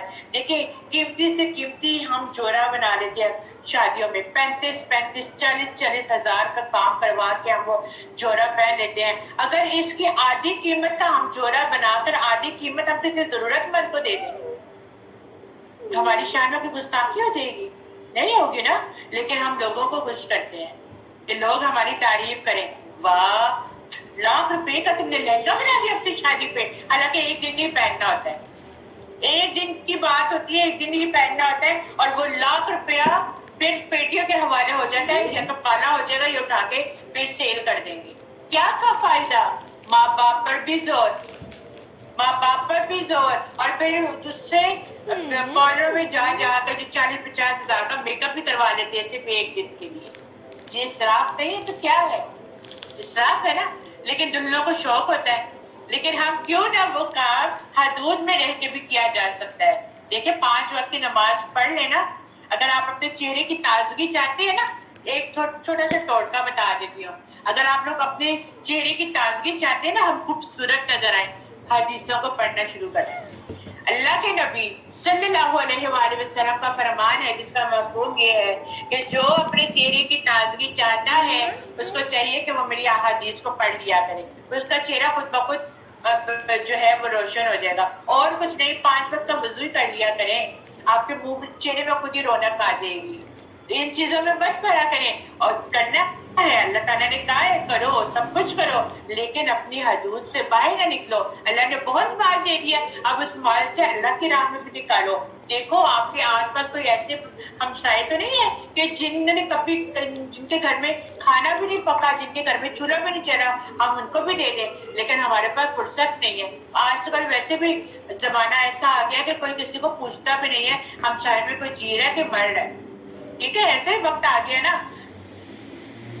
تو اس بات میں ایسے لوگوں کو ڈھونڈے کہ اب رمضان آ رہے ہیں، ایسے لوگوں کو ڈھونڈے. اللہ سبحانہ تعالیٰ نے اگر آپ کو دیا ہے تو پھر اسراف نہ کریں. تھوڑی چیز پر اپنا گزارا ہوتا ہے تو اس پہ گزارا کریں، لیکن ان لوگوں کے لیے خرچ کریں جو بیچارے مجبور ہیں، جن کے گھروں میں رمضان میں کوئی چولہا نہیں جلنے والے، ان کے پاس کوئی ذریعہ نہیں ہے، ان کے پاس کوئی راشن پانی نہیں ہے. تو اللہ تعالیٰ آپ کے نام پر اگر آپ وہ دوسروں کی مدد کریں گے، خالی ہاتھ نہیں جائیں گے. انشاءاللہ اللہ تعالیٰ آپ کو نوازے گا اور بہترین نوازے گا، اور وہاں پہ اللہ تعالیٰ جمع کرے. اللہ تعالیٰ کو آپ کی کسی چیز کی ضرورت نہیں ہے. جو چیز آپ اللہ کے لیے کسی اور کو دیں گے وہ واپس آپ کے لیے ہی جمع ہو رہا ہے.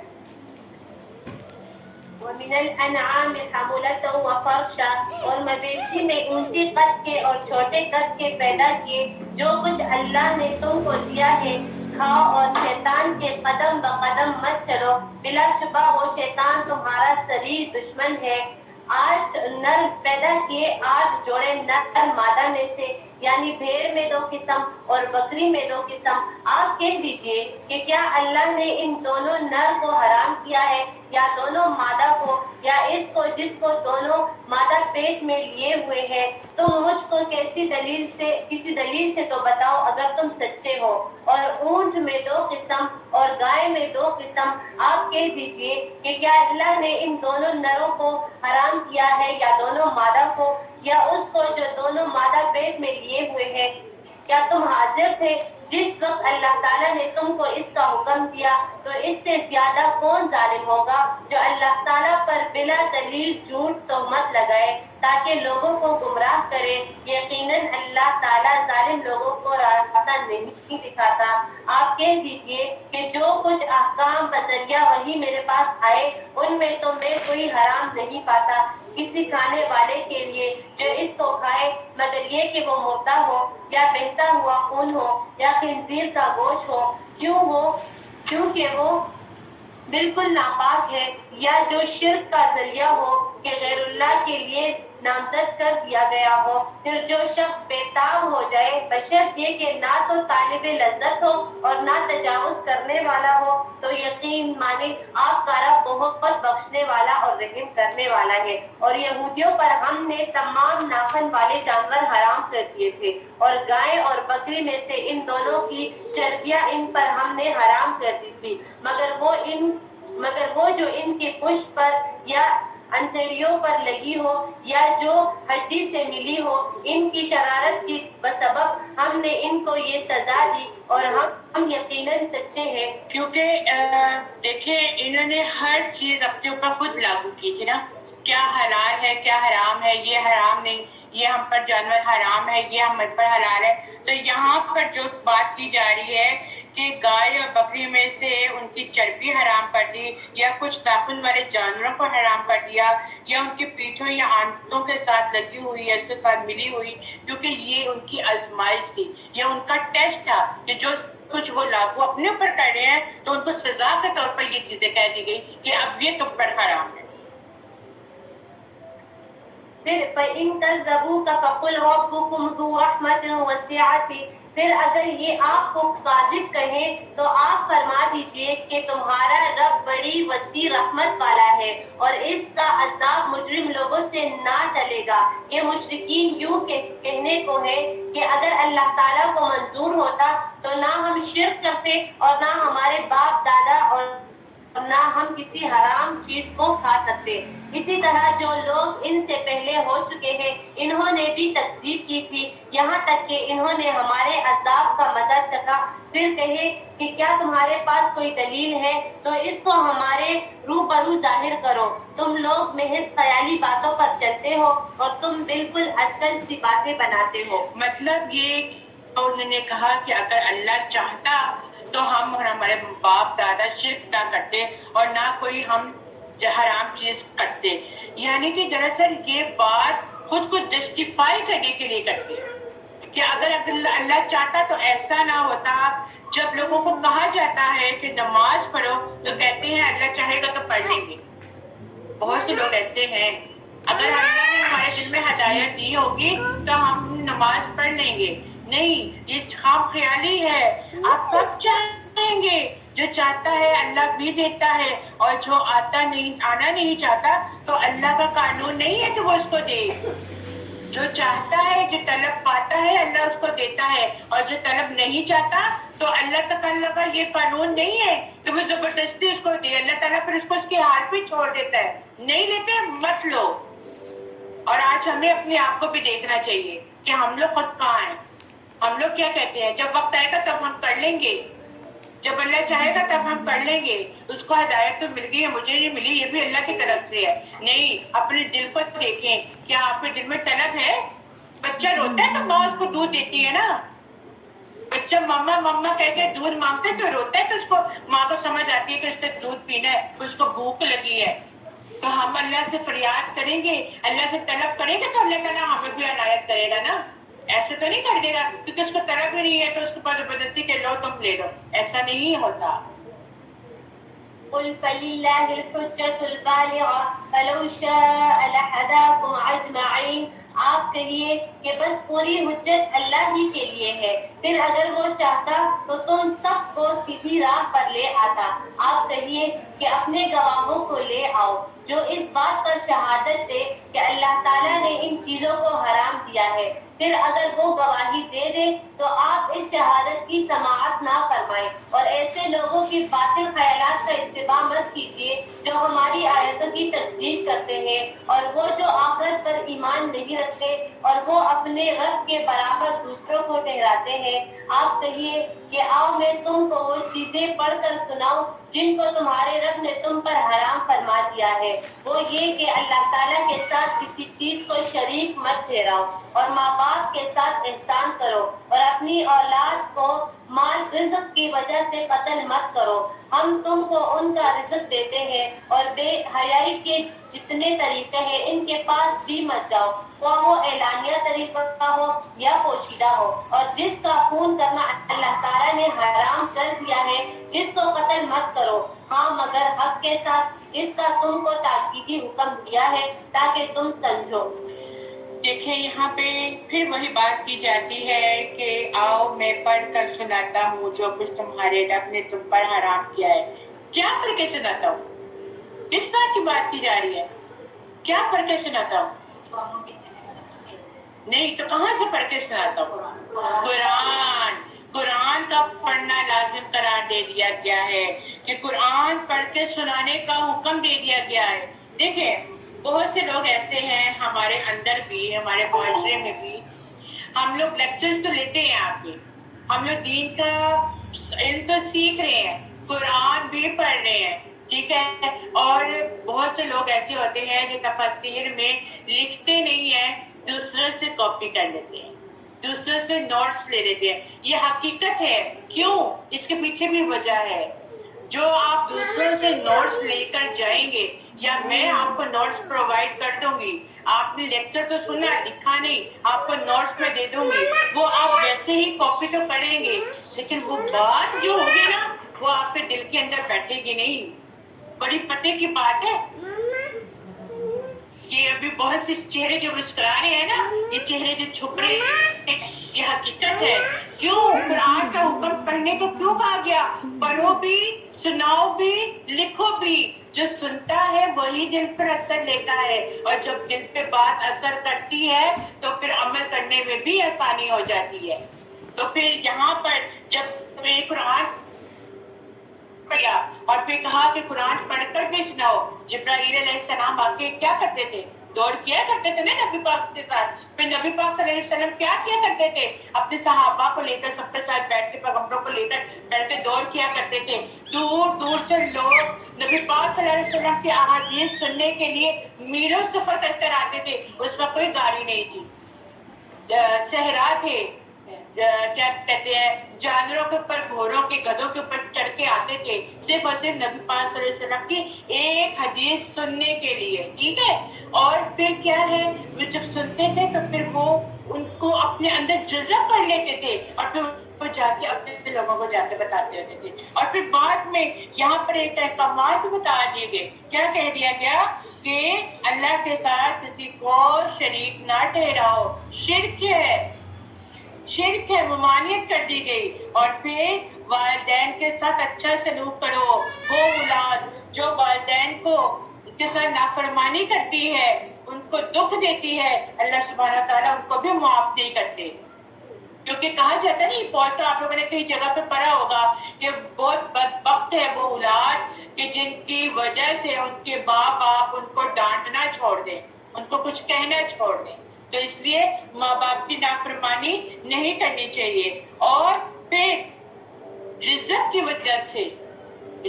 وجہ سے اپنے اولاد کو قتل نہ کرو، کیونکہ رزق ہر بچہ جو ہے وہ اپنا نصیب لے کر آتا ہے، اپنا رزق ساتھ لے کر آتا ہے۔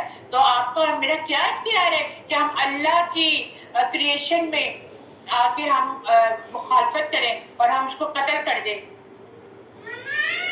وَلَا تَقْرَبُوا مَالَ الْيَتِيمِ إِلَّا بِالَّتِي هِيَ أَحْسَنُ حَتَّى يَبْلُغَ أَشُدَّهُ، اور یتیم کے مال کے پاس بھی نہ جاؤ مگر ایسے طریقے سے جو کہ مستحسن ہے، یہاں تک کہ وہ اپنے سن بلوغ کو پہنچ جائے۔ اور ناپ تول پوری کرو انصاف کے ساتھ۔ ہم کسی شخص کو اس کے امکان سے زیادہ تکلیف نہیں دیتے، اور جب تم بات کرو تو انصاف کرو، گویا وہ شخص قرابت دار ہی کیوں نہ ہو، اور اللہ تعالیٰ سے جو عہد کیا ہے اس کو پورا کرو۔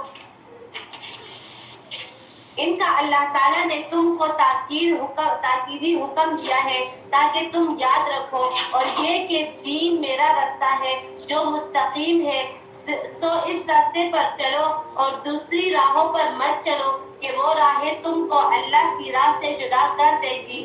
اس کا تم کو اللہ تعالیٰ نے تاکیدی حکم دیا ہے تاکہ تم احتیاط رکھو۔ پھر ہم نے موسیٰ کو کتاب دی تھی جس سے اچھی طرح عمل کرنے والوں پر نعمت پوری ہوئی، اور سب احکام کی تفصیل ہو جائے، اور رہنمائی ہو اور رحمت ہو، تاکہ وہ لوگ اپنے رب کے ملنے پر یقین لائے۔ اور یہ ایک کتاب ہے جس کو ہم نے بھیجا بڑی خیر و برکت والی ہے، سو اس کا اتباع کرو اور ڈرو تاکہ تم پر رحم ہو۔ جہاں پہ پھر قرآن ایک عظیم کتاب کا ذکر کیا جا رہا ہے کہ قرآن ہی اصل ہے اور اس میں ہی ہدایت ہے، اس کے پڑھنے سے ایسی برکات ظاہر ہوتی ہے کہ کوئی بھی خیر کے کاموں سے محروم نہیں رہ سکتا، صرف اور صرف کس وجہ سے؟ قرآن کی وجہ سے۔ ابو قتادہ کہتے ہیں کہ قرآن پڑھنے والے کے لیے اس کا گھر جو ہے وہ کشادہ ہو جاتا ہے، دلوں میں وسعت پیدا ہو جاتی ہے، ایک دوسرے کو برداشت کرنے کا مادہ پیدا ہو جاتا ہے، اور یہ چیز جو ہے یہ پروف شدہ چیز ہے کہ جب آپ لوگ قرآن کی تعلیم لے لیتے ہیں نا، جب آپ قرآن کو ایک دفعہ مکمل پڑھ لیتے ہیں نا، تو کہیں نہ کہیں عمل کرنا تو ظاہر اسٹارٹنگ میں مشکل ہوتا ہے، لیکن اللہ سبحانہ تعالیٰ آپ لوگوں کے اندر صبر بہت ڈیل دیتا ہے کہ ایک چیز آپ کو اپنی آنکھوں کے برخلاف تو لگ رہی ہے، اچھی نہیں لگ رہی، آپ کو برا لگ رہا ہے، اس پر کیا ہے؟ صبر آ جاتا ہے، اس پر کیا ہے؟ برداشت آ جاتی ہے، اور برداشت کا مادہ کیا ہوتا ہے کہ انسان خاموشی اختیار کر دیتا ہے، اپنے آپ کو تکلیف ضرور دیتا ہے لیکن وہ اپنے منہ سے الفاظ نہیں نکالتا، یا موقع کے مناسبت سے وہ بات کرتا ہے کہ تاکہ بات بھی بن جائے اور بدمزگی بھی نہ ہو۔ تو یہ برداشت کا مادہ ہمارے اندر کیسے آتا ہے؟ قرآن کی تعلیم سے آتا ہے، اور پھر قرآن پڑھنے والوں کے اوپر رحمت کی چادر بچھا دی جاتی ہے، قرآن پڑھنے والوں کے اوپر فرشتے حاضر ہو جاتے ہیں، قرآن کی تلاوت کرنے والوں کے فرشتے بیٹھ کر ان کی تلاوت کو سنتے ہیں، کیونکہ آپ کو پتہ ہے کہ فرشتے قرآن پڑھنا نہیں جانتے۔ أن تقولوا إنما أنزل الكتاب على طائفتين من قبلنا أو إن كنا عن دراستهم لغافلين، کہیں تم لوگ یوں نہ کہو کہ کتاب تو صرف ہم سے پہلے جو دو فرقے تھے ان پر نازل ہوئی تھی اور ہم ان کے پڑھنے پڑھانے سے محض بے خبر تھے، یا یوں نہ کہو کہ اگر ہم پر کوئی کتاب نازل ہوتی تو ہم ان سے بھی زیادہ راہ راست پر ہوتے، تو اب تمہارے پاس تمہارے رب کے پاس سے ایک کتاب واضح اور رہنمائی کا ذریعہ اور رحمت آ چکی ہے، اب اس شخص سے زیادہ ظالم کون ہوگا جو ہماری ان آیتوں کو جھوٹا بتلائے اور اس سے رکے؟ ہم جلد ہی ان لوگوں کو جو کہ ہماری آیتوں سے رکتے ہیں ان کے اس روکنے کی سبب سخت سزا دیں گے۔ کیا یہ لوگ صرف اس امر کے منتظر ہیں کہ ان کے پاس فرشتے آئے یا ان کے پاس آپ کا رب آئے یا آپ کے رب کی کوئی بڑی نشانی آئے؟ جس روز آپ کے رب کی کوئی بڑی نشانی آ پہنچے گی، کسی ایسے شخص کا ایمان اس کے کام نہ آئے گا جو پہلے سے ایمان نہیں رکھتا یا اس نے اپنے ایمان میں کوئی نیک عمل نہ کیا ہو۔ آپ فرما دیجئے اے محمد کہ تم منتظر رہو، میں بھی منتظر ہوں۔ یعنی موت آنے سے پہلے ہی موت کی تیاری کر لینی چاہیے، کیونکہ موت آنے پر تو توبہ بھی قبول نہیں ہوتی۔ نبی پاک صلی اللہ علیہ وآلہ وسلم کی حدیث ہے کہ ابو ہریرہ رضی اللہ تعالیٰ عنہ کہتے ہیں نبی پاک صلی اللہ علیہ وآلہ وسلم سے پوچھا گیا کون سا صدقہ افضل ہے؟ آپ صلی اللہ علیہ وآلہ وسلم نے فرمایا تم اس حال میں صدقہ کرو کہ تم صحت مند رہو، فقر سے ڈرتے رہو اور اتنی دیر مت لگاؤ کہ جان حلق میں آ جائے، اور جب جان حلق میں آ جائے تو کہو کہ فلاں کو اتنا دے دو، فلاں کو اتنا دے دو، حالانکہ وہ تو اب فلاں کا ہی ہو چکا۔ تو وقت آنے سے پہلے موت کی تیاری کرنا سب سے بہترین ہے، توبہ کرنا، گناہوں سے توبہ کرنا، اور گناہوں سے توبہ کرنے کے لیے کیا ہے کہ ہر وقت استغفار کرنا اور صدقہ دینا۔ اور پھر کہا جاتا ہے کہ بے شک جن لوگوں نے اپنے دین میں تفرقہ بازی کی اور وہ گروہوں میں بٹ گئے، آپ کا ان سے کوئی تعلق نہیں، بے شک ان کا معاملہ اللہ کے ہاتھ میں ہے، پھر وہ انہیں ان کاموں سے آگاہ کرے گا جو وہ کرتے رہتے تھے۔ یعنی کہ یہاں پر فرقہ واریت کی تردید کی جا رہی ہے، تو جو شخص وہاں ایک نیکی لے کر آئے گا تو اس کے لیے 10 گنا ثواب ہوگا، اور جو شخص ایک برائی لے کر آئے گا تو اسے بس اس کے برابر ہی سزا دی جائے گی اور ان پر ظلم نہیں کیا جائے گا۔ یعنی ایک نیکی کو ملٹیپلائی کریں 10 پر تو کتنی نیکیاں مل جاتی ہیں؟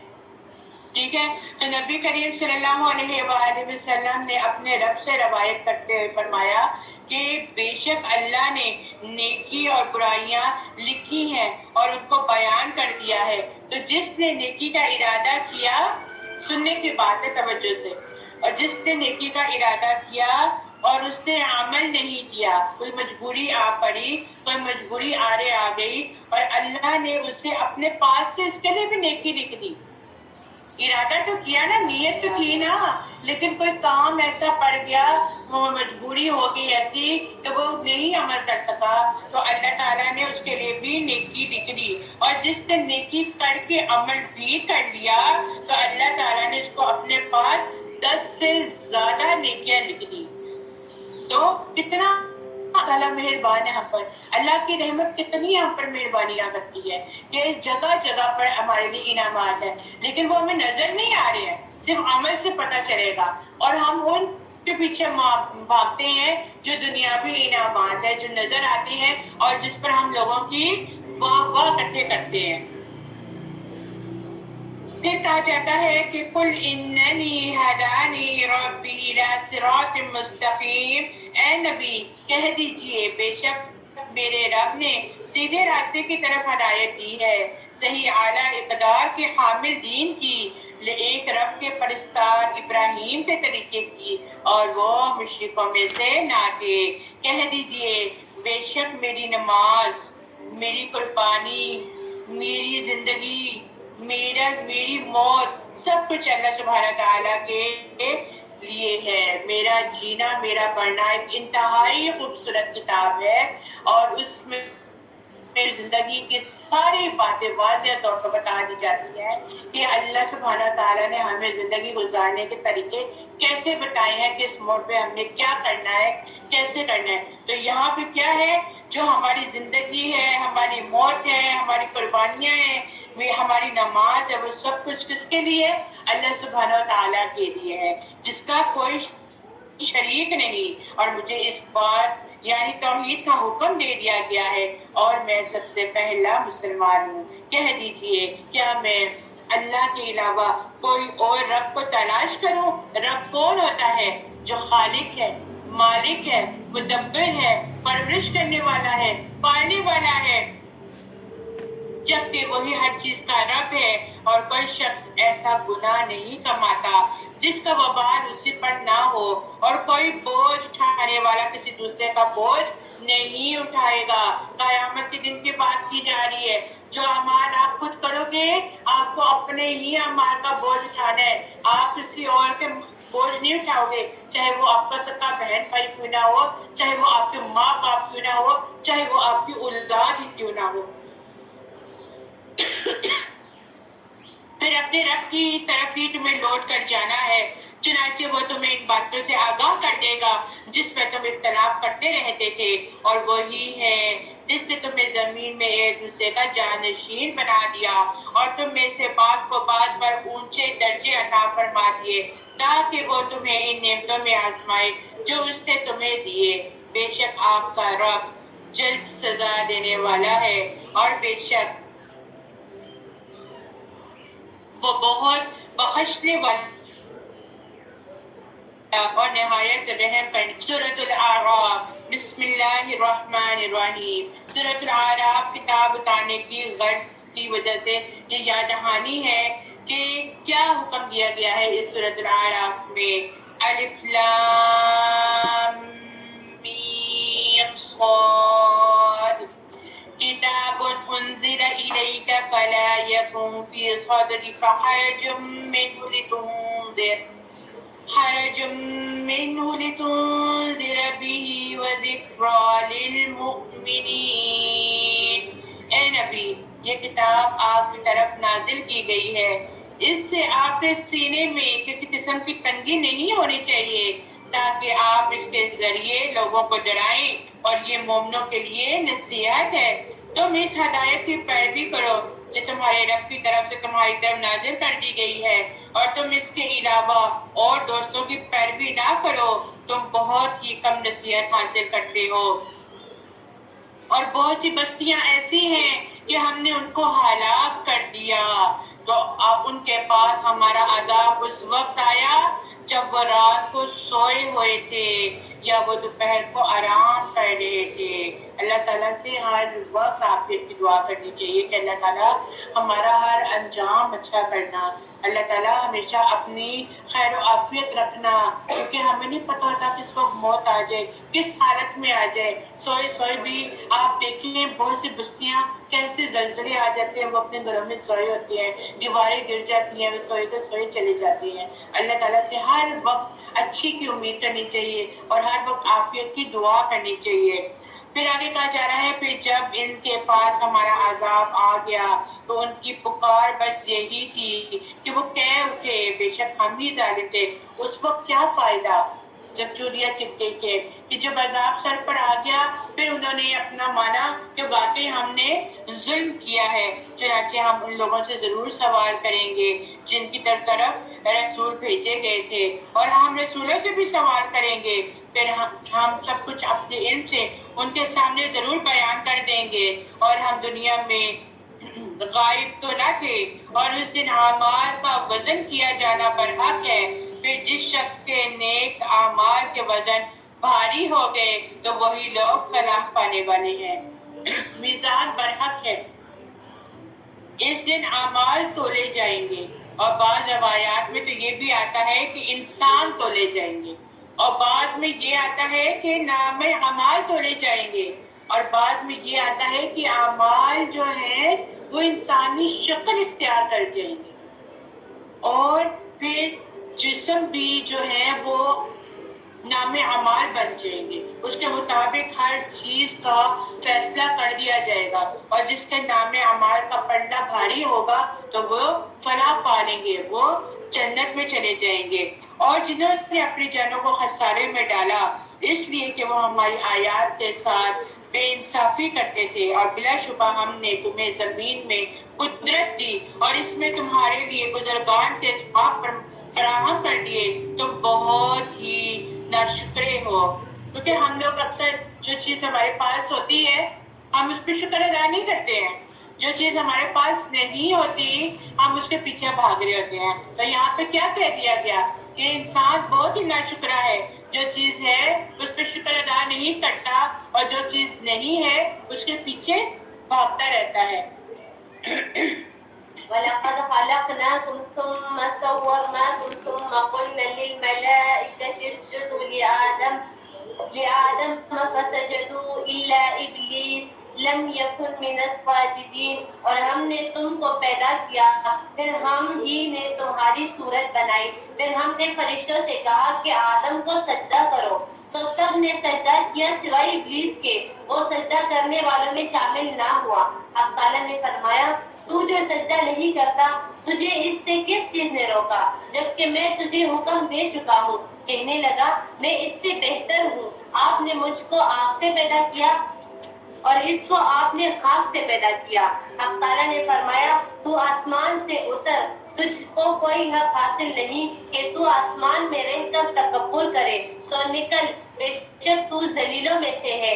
اس نے کہا کہ مجھ کو مہلت دیجیے قیامت کے دن تک۔ اللہ نے فرمایا تجھ کو مہلت دی گئی۔ اس نے کہا بسبب اس کے کہ آپ نے مجھے گمراہ کیا، میں قسم کھاتا ہوں کہ میں ان کے لیے آپ کی سیدھی راہ پر بیٹھا رہوں گا، پھر ان پر حملہ کروں گا، ان کے آگے سے بھی اور ان کی پیچھے سے بھی اور ان کی دانی طرف سے بھی اور ان کی بائیں جانب سے بھی، اور آپ ان سے اکثروں کو احسان ماننے والا نہ پائیں گے۔ یعنی کہ اللہ سبحانہ تعالیٰ نے کہا کہ جو میں نے پیدا کیا اس کو سجدہ کرو، لیکن ابلیس نے سجدہ نہیں کیا۔ یہ اس کا تکبر تھا کہ میں آگ سے بنا ہوں تو میں مٹی کو کیوں سجدہ کروں، اور پھر اس نے کہا کہ میں تیرے بندوں کو بہکاؤں گا۔ اللہ تعالیٰ نے اس نے کہا مجھے اتنی مہلت دے، اتنی زندگی دے۔ اللہ سبحانہ تعالیٰ نے دعا قبول کر لی، اس کا مطلب یہ ہے کہ ہمیں دعا کرتے رہنا چاہیے.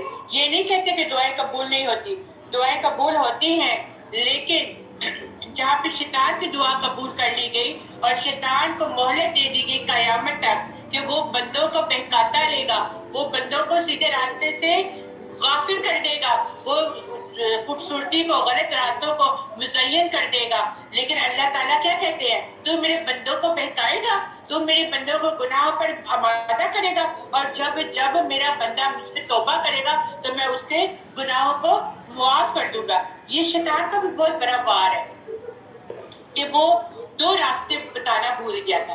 اس نے کیا کہا تھا؟ میں دائیں سے آؤں گا اور میں بائیں سے آؤں گا، لیکن وہ اوپر اور نیچے کہنا بھول گیا، کیونکہ اوپر تو اللہ ہے نا. ابن عباس کہتے ہیں کہ اس نے یہ نہیں کہا کہ میں اوپر سے آؤں گا، کیونکہ اسے علم ہے کہ اوپر اللہ ہے.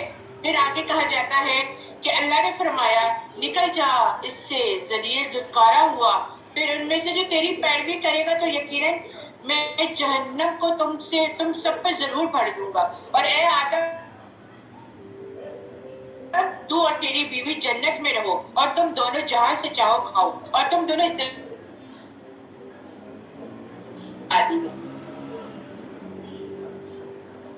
اللہ کا مقصد کیا تھا؟ انسانوں کو بھیجنا ہے، اور ان پر بھی کچھ ٹیسٹنگ ہونی ہے، ان پر بھی کوئی آزمائش آنی ہے کہ یہ کام کرو اور یہ نہ کرو، یہ کام کرو یہ نہ کرو. اب ان کو بھی آدم اور حوا کو بھی کہہ دیا سب کچھ کرو جنت میں، اس درخت کے قریب نہ جانا. یہ ان کی بھی ٹیسٹ تھا، ان کی آزمائش تھی. اللہ تعالیٰ کو تو سب کچھ پتہ ہے، ان کے ذریعے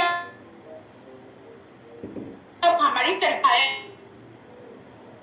ورنہ تم دونوں ظالموں میں سے ہو جاؤ گے. پھر شیطان ان دونوں کو بہکانے کے لیے ان کے دل میں وسوسہ ڈالا تاکہ ان کی شرمگاہیں ظاہر کر دے جو ان سے چھپائی گئی تھی. دیکھیں یہاں پر لباس کی اہمیت کی بات کی جا رہی ہے کہ لباس انسان کی عزت ہے اور ستر چھپانے کا باعث ہے، زینت بھی ہے، اور اس کے قابل شرم حصوں کو چھپانا بھی ہے. آپ دیکھیں اگر لباس نہ ہوتا، نجس والی چیزیں کس طرح بری لگتی انسانوں، قباحت آتی نا، اکتاہٹ آتی اور کریت آتی. آپ دیکھیں نان مسلم جو ہیں وہ پاکی کا خیال نہیں رکھتے ہیں، اور ان سے بہت گندی بدبوئیں آ رہی ہوتی ہے. کیوں؟ کیونکہ ان کے لیے یہ صفائی رہنا کوئی معمولی بات ہے، نہ ان کے نزدیک کوئی بڑی بات نہیں ہے. لیکن ہم جیسے لوگوں جو مومن ہے وہ ہمیشہ پاک صاف ہوتا ہے. اور شیطان نے ایسی چال چلی کہ ان کا لباس اتار دیا، اور شیطان نے کہا تمہارے میں سے نہ ہو جاؤ. اور اس نے دونوں کے سامنے قسم کھائی اور جھوٹی قسم کھائی، جھوٹ بولا کہ بے شک میں تم دونوں کے لیے خیر خواہوں میں سے ہوں. ہم میں سے بھی بہت سے لوگ ایسے ہیں جو حاسدین ہیں، ہم لوگوں کو آگے بڑھتا ہوا دیکھنا نہیں چاہتے، اور وہ کہتے ہیں تم ایسا کام نہ کرو ورنہ تم ایسے ہو جاؤ گے. دراصل وہ حسد کی بنا پر برداشت نہیں کرتے اور دوسروں کو آگے بڑھنے کی مہلت نہیں دیتے. فَدَلَّهُمَا بِغُرُورٍ، چنانچہ شیطان نے ان دونوں کو دھوکہ دے کر پھسلا دیا. پھر جب ان دونوں نے اس درخت کا پھل چکھ لیا تو ان دونوں کی شرمگاہیں ان پر ظاہر ہو گئی، اور وہ دونوں اپنے اوپر اب جنگل کے پتے چپکانے لگے. ظاہر سی بات ہے انسان ننگا تو نہیں رہ سکتا، اس کے اندر اللہ تعالیٰ نے حیا رکھی ہوئی ہے، اور حیا جو ہے وہ ایمان کا حصہ ہے. اور ان کے رب نے ان کو آواز دی، کیا میں نے تمہیں اس درخت سے روکا نہیں تھا، اور میں نے تمہیں یہ نہیں کہا تھا کہ شیطان تم دونوں کا کھلا دشمن ہے؟ انہوں نے کہا قال ربنا ظلمنا انفسنا وان لم تغفر لنا وترحمنا لنكونن من الخاسرین. ابھی دعا سکھا دی گئی، ان کے ذریعے ہم تک پہنچا دی گئی. گناہ ہو گیا، غلطی ہو گئی، تو پھر کیا پڑھنا ہے کہ اے ہمارے رب ہم نے اپنے آپ پر ظلم کر دیا، اور اگر تو نے ہمیں نہ بخشا اور تو نے ہم پر رحم نہ فرمایا تو یقیناً ہم خسارہ پانے والوں میں سے ہو جائیں گے. اللہ نے کہا تم اتر جاؤ، تم ایک دوسرے کا دشمن ہو اور تمہیں زمین میں ٹہلنا ہے اور ایک مقررہ وقت تک فائدہ اٹھانا ہے. اور فرمایا تم اسی زمین میں زندہ رہو گے اور اسی میں تم مرو گے، اور قیامت کے دن اسی سے تم نکالے جاؤ گے.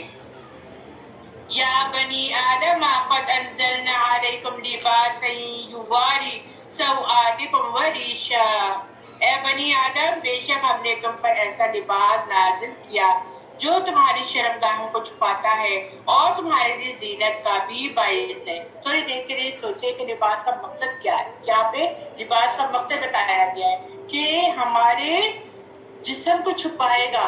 آپ تھوڑی دیر کے لیے دیکھیں، انسان جو ہے بڑا بے ڈھول قسم کا ہے۔ انسان کے جسم پہ اگر کپڑا نہ ہو نا تو اس کو اپنا آپ برا لگے گا، اور یہ ایک لباس ہی ہے جس نے انسان کی بدصورتی کو چھپا کر اس کو لباس کی وجہ سے زینت دے دی ہے، اس کو خوبصورت بنا دیا ہے اور اس کی شرم گاہوں کو چھپا دیا ہے، اور لباس تقویٰ بھی ہے۔ اور آپ صلی اللہ علیہ وآلہ وسلم کو سفید لباس بہت پسند تھا اور وہ قیمتی لباس نہیں پہنا کرتے تھے۔ آپ صلی اللہ علیہ وسلم قیمتی لباس نہیں پہنا کرتے تھے۔ آج ہمارا کیا حال ہے؟ جب تک ہم 5-6 ہزار یا 20-25 ہزار کا جوڑا نہیں پہن لیں گے تو ہمیں سکون نہیں ملتا۔ آپ نے پہنتی چلے، یہ تو بہت اچھی بات ہے، اللہ تعالیٰ آپ کو جنت میں اعلیٰ ریشمی لباس پہنائے۔ اور دوسری بات آپ یہ دیکھیں کہ لباس جو ہمارے ستر کو چھپانے والا ہے، آج ہم لوگ کیا کرتے ہیں، مردوں کو تو حکم دے دیا گیا، عورتوں کو بھی حکم ہے کہ وہ اپنے لباس کو ایسا بنائے کہ ان کی جو ہے ان کی زینت ظاہر نہ ہو۔ آج ہم لوگ کیا کر رہے ہیں، ہم لوگ کیا کر رہے ہیں، ٹائٹس پہن لیتے ہیں، اور ٹائٹس پہن کر ہم لوگ بڑی شان بتا رہے ہوتے ہیں۔ حالانکہ اگر آپ تھوڑی دیر کے لیے ٹائٹس پہن کے فل شیشے کے سامنے کھڑے ہو نا تو آپ کی ران اور ٹائٹس کا جو آپ کا جو شیپ ہے نا وہ بالکل سیم ہے۔ آپ کی ٹائٹس بالکل آپ کی پوری ٹانگ کی نمائش کر دیتی ہے کہ آپ کا یہ کہاں ہے، آپ کی تھائی کا ہے اور آپ کا پنڈلی کا ہے۔ اس لیے بچیوں کو ٹائٹس پہننے سے منع کرتی ہوں میں، اور میری بچیاں بھی کہتی ہیں۔ لیکن کیا ہے، ہاں آپ نے اگر لانگ فراک پہنا ہے تو اس کے نیچے اگر آپ ٹائٹس پہنے جو نظر نہ آئے، جو آپ کے جسم کو نمایاں نہ کرے، تو پھر آپ پہن سکتے ہیں۔ دوسری بات، باریک لباس پہننا جس سے آپ کا جسم تب بھی نظر آ رہا ہو۔ آپ دیکھیں اللہ سبحانہ تعالیٰ ہم سب کو حیا والا بنائے۔ آپ دیکھیں بہت سی جگہوں پر دیکھا جاتا ہے چادریں تو ویسے اتر گئی، ابائے بھی ایسے پہن لی جیسے فیشن کے طور پر ہے کہ جی ہمارے ہپس بھی نظر آ رہے ہیں اور ہماری چیسٹ بھی نظر آ رہی ہے، اور کہنے کو ہم ابایا پہن رہے ہیں۔ ابایا کا تو مقصد ہی فوت ہو جاتا ہے۔ ابایا کا مقصد کیا ہوتا ہے کہ آپ کا جسم نظر نہ آئے، آپ کا ابایا ایسا ہو کہ آپ کی چھاتی نظر نہ آئے، آپ کے ہپس نظر نہ آئے۔ آج ہم لوگ ایسے ابائے پہننے شروع ہو گئے ہیں جو فیشن کے بنا پر ہوتے ہیں، اور ہم لوگ دوسروں کو خود اپنے اوپر اٹریکشن کروا رہے ہوتے ہیں جو اٹریکشن کا باعث بنتے ہیں۔ ابایا ایسا ہونا چاہیے جس کی چمک دوسروں کو اٹریکٹ نہ کرے۔ لباس ایسا کھلا ہونا چاہیے کہ جو دوسروں کو نمایاں نہ کرے۔ پھر ہم کہتے ہیں ہراسمنٹ ہوتی ہے، پھر ہم کہتے ہیں فلاں کی عزت لوٹی گئی، پھر ہم کہتے ہیں فلاں کے ساتھ زیادتی ہو گئی۔ یہ سب کیا ہے؟ دعوت بھی دیتے ہیں اور پھر منع بھی نہیں ہوتے۔ اے بنی آدم، کہیں شیطان تمہیں فتنے میں نہ ڈال دے جس طرح اس نے تمہارے ماں باپ کو جنت سے نکلوایا تھا، جب اس نے دونوں کا لباس اتروا دیا تاکہ ان کو ان کی شرمگاہیں دکھا دے۔ بے شک وہ اور اس کا قبیلہ تمہیں دیکھتا ہے جہاں سے تم انہیں نہیں دیکھ سکتے۔ بے شک ہم نے شیطانوں کو ان لوگوں کے دوست بنا دیا جو ایمان نہیں لے کر آتے، اور جب وہ بے حیائی کا کام کرتے ہیں تو کہتے ہیں ہم نے اپنے باپ دادا کو بھی یہی کرتے ہوئے دیکھا ہے اور اللہ نے ہمیں اس کا حکم دیا ہے۔ استغفر اللہ، غلط بات اللہ کی طرف منسوخ کر دیتے ہیں کہ ہمارے باپ دادا کر رہے ہیں تو ہم نے بھی کرنا ہے۔ اے نبی آپ کہہ دیجئے اللہ قطعاً بے حیائی کا حکم نہیں دیتا۔ کیا تم اللہ کے ذمہ ایسی باتیں لگاتے ہو جو تم نہیں جانتے؟ کہہ دیجئے میرے رب نے انصاف کرنے کا حکم دیا ہے، اور یہ کہ ہر نماز کے وقت اپنے منہ سیدھے قبلہ رخ کو پڑھ لو اور خالص اسی کی اطاعت کرتے ہوئے اسی کو پکارو جیسے اس نے تمہیں پیدا کیا، اور ویسے ہی تم اس کی طرف لوٹ کر جاؤ گے۔ فریقاً ہدا و فریقاً حق علیہم الضلالہ، ایک فریق کو اس نے ہدایت دی اور دوسرے فریق پر گمراہی ثابت ہو گئی۔ یقیناً انہوں نے کو چھوڑ کر شیطانوں کو دوش کے بے شک وہ ہدایت یافتہ ہیں. یعنی کچھ لوگ ایسے ہوتے ہیں جو غلط کام کر کے بھی خود کو صحیح کہہ رہے ہوتے ہیں کہ ہم نے جو کام کیا ہے وہ بالکل صحیح کیا ہے. اے بنی آدم تم ہر نماز کے وقت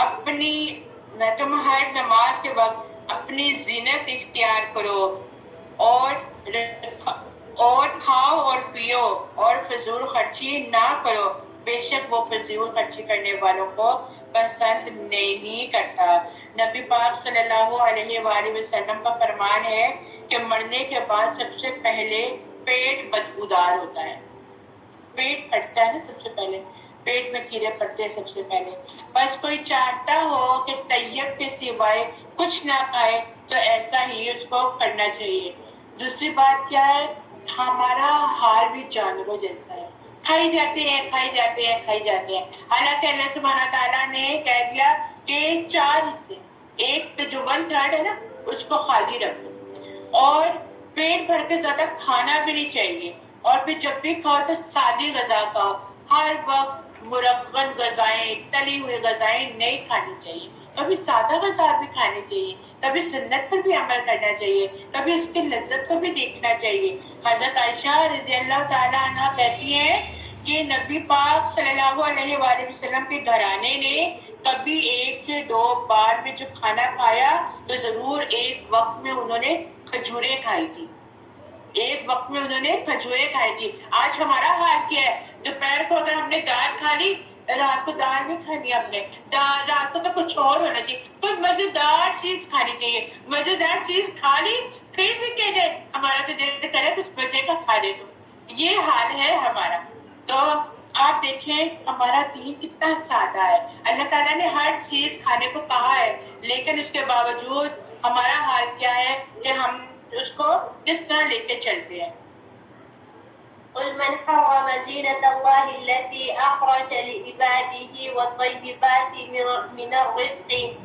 آپ فرمائیے کہ اللہ تعالیٰ کے پیدا کیے ہوئے کپڑوں کو جن کو اس نے اپنے بندوں کے واسطے بنایا ہے اور کھانے پینے کے حلال چیزوں کو کس شخص نے حرام کیا ہے, آپ کہہ دیجئے کہ یہ اشیاء اس طور پر کہ قیامت کے روز خالص ہوں گے اہل ایمان کے لیے, دنیاوی زندگی میں مومنوں کے لیے بھی ہے. ہم اس طرح تمام آیات کو سمجھداروں کے واسطے صاف صاف بیان کرتے ہیں. اے محمد آپ فرما دیجئے کہ البتہ میرے رب نے صرف حرام کیا ہے ان تمام فحش باتوں کو جو اعلانیہ ہے اور جو پوشیدہ ہے, اور ہر گناہ کی بات کو اور ناحق کسی پر ظلم کرنے کو, اور اس بات کو کہ تم اللہ کے ساتھ کسی ایسی چیز کو شریک ٹھہراؤ جس کی اللہ تعالیٰ نے کوئی سند نہیں نازل فرمائی, اور اس بات کو کہ تم لوگ اللہ کے ذمے ایسی بات لگا دو جس کا تم کو سند نہ ہو, اور ہر گروہ کے لیے ایک میعاد معین ہے. تو جس وقت ان کی میعاد معین آ جائے گی اس وقت ایک ساتھ نہ پیچھے ہٹ سکیں گے اور نہ آگے بڑھ سکیں گے. اے اولاد آدم, اگر تمہارے پاس پیغمبر آئے جو تم ہی میں سے ہو اور جو میرے احکام تم سے بیان کرے, تو جو شخص تقوی اختیار کرے اور دوستی کرے تو ان لوگوں پر نہ کچھ اندیشہ ہے اور نہ وہ غمگین ہوں گے. اور جو لوگ ہمارے ان احکام کو جھوٹا بتائیں گے اور ان سے تکبر کریں گے وہ لوگ دوزخ والے ہوں گے اور وہ اس دوزخ میں ہمیشہ ہمیشہ رہیں گے.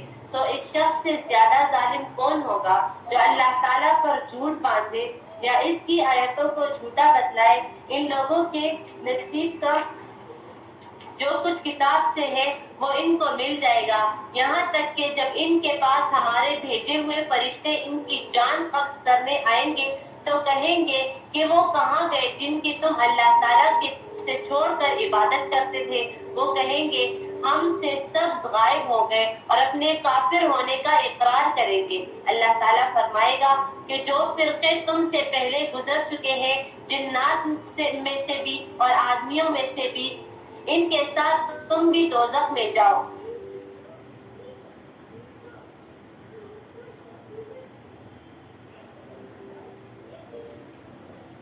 لعنت کریں گی ہو جائیں گے تو پچھلے لوگ پہلے لوگوں کی نسبت کہیں گے کہ ہمارے پروردگار ہم کو ان لوگوں نے گمراہ کیا تھا تو ان کو دوزخ کا دگنا عذاب دے. اللہ تعالیٰ فرمائے گا سب ہی کا دگنا ہے لیکن تم کو خبر نہیں. وقالت اولاهما لأخراهم فما كان لكم علينا من فضل فذوقوا العذاب بما كنتم تكسبون.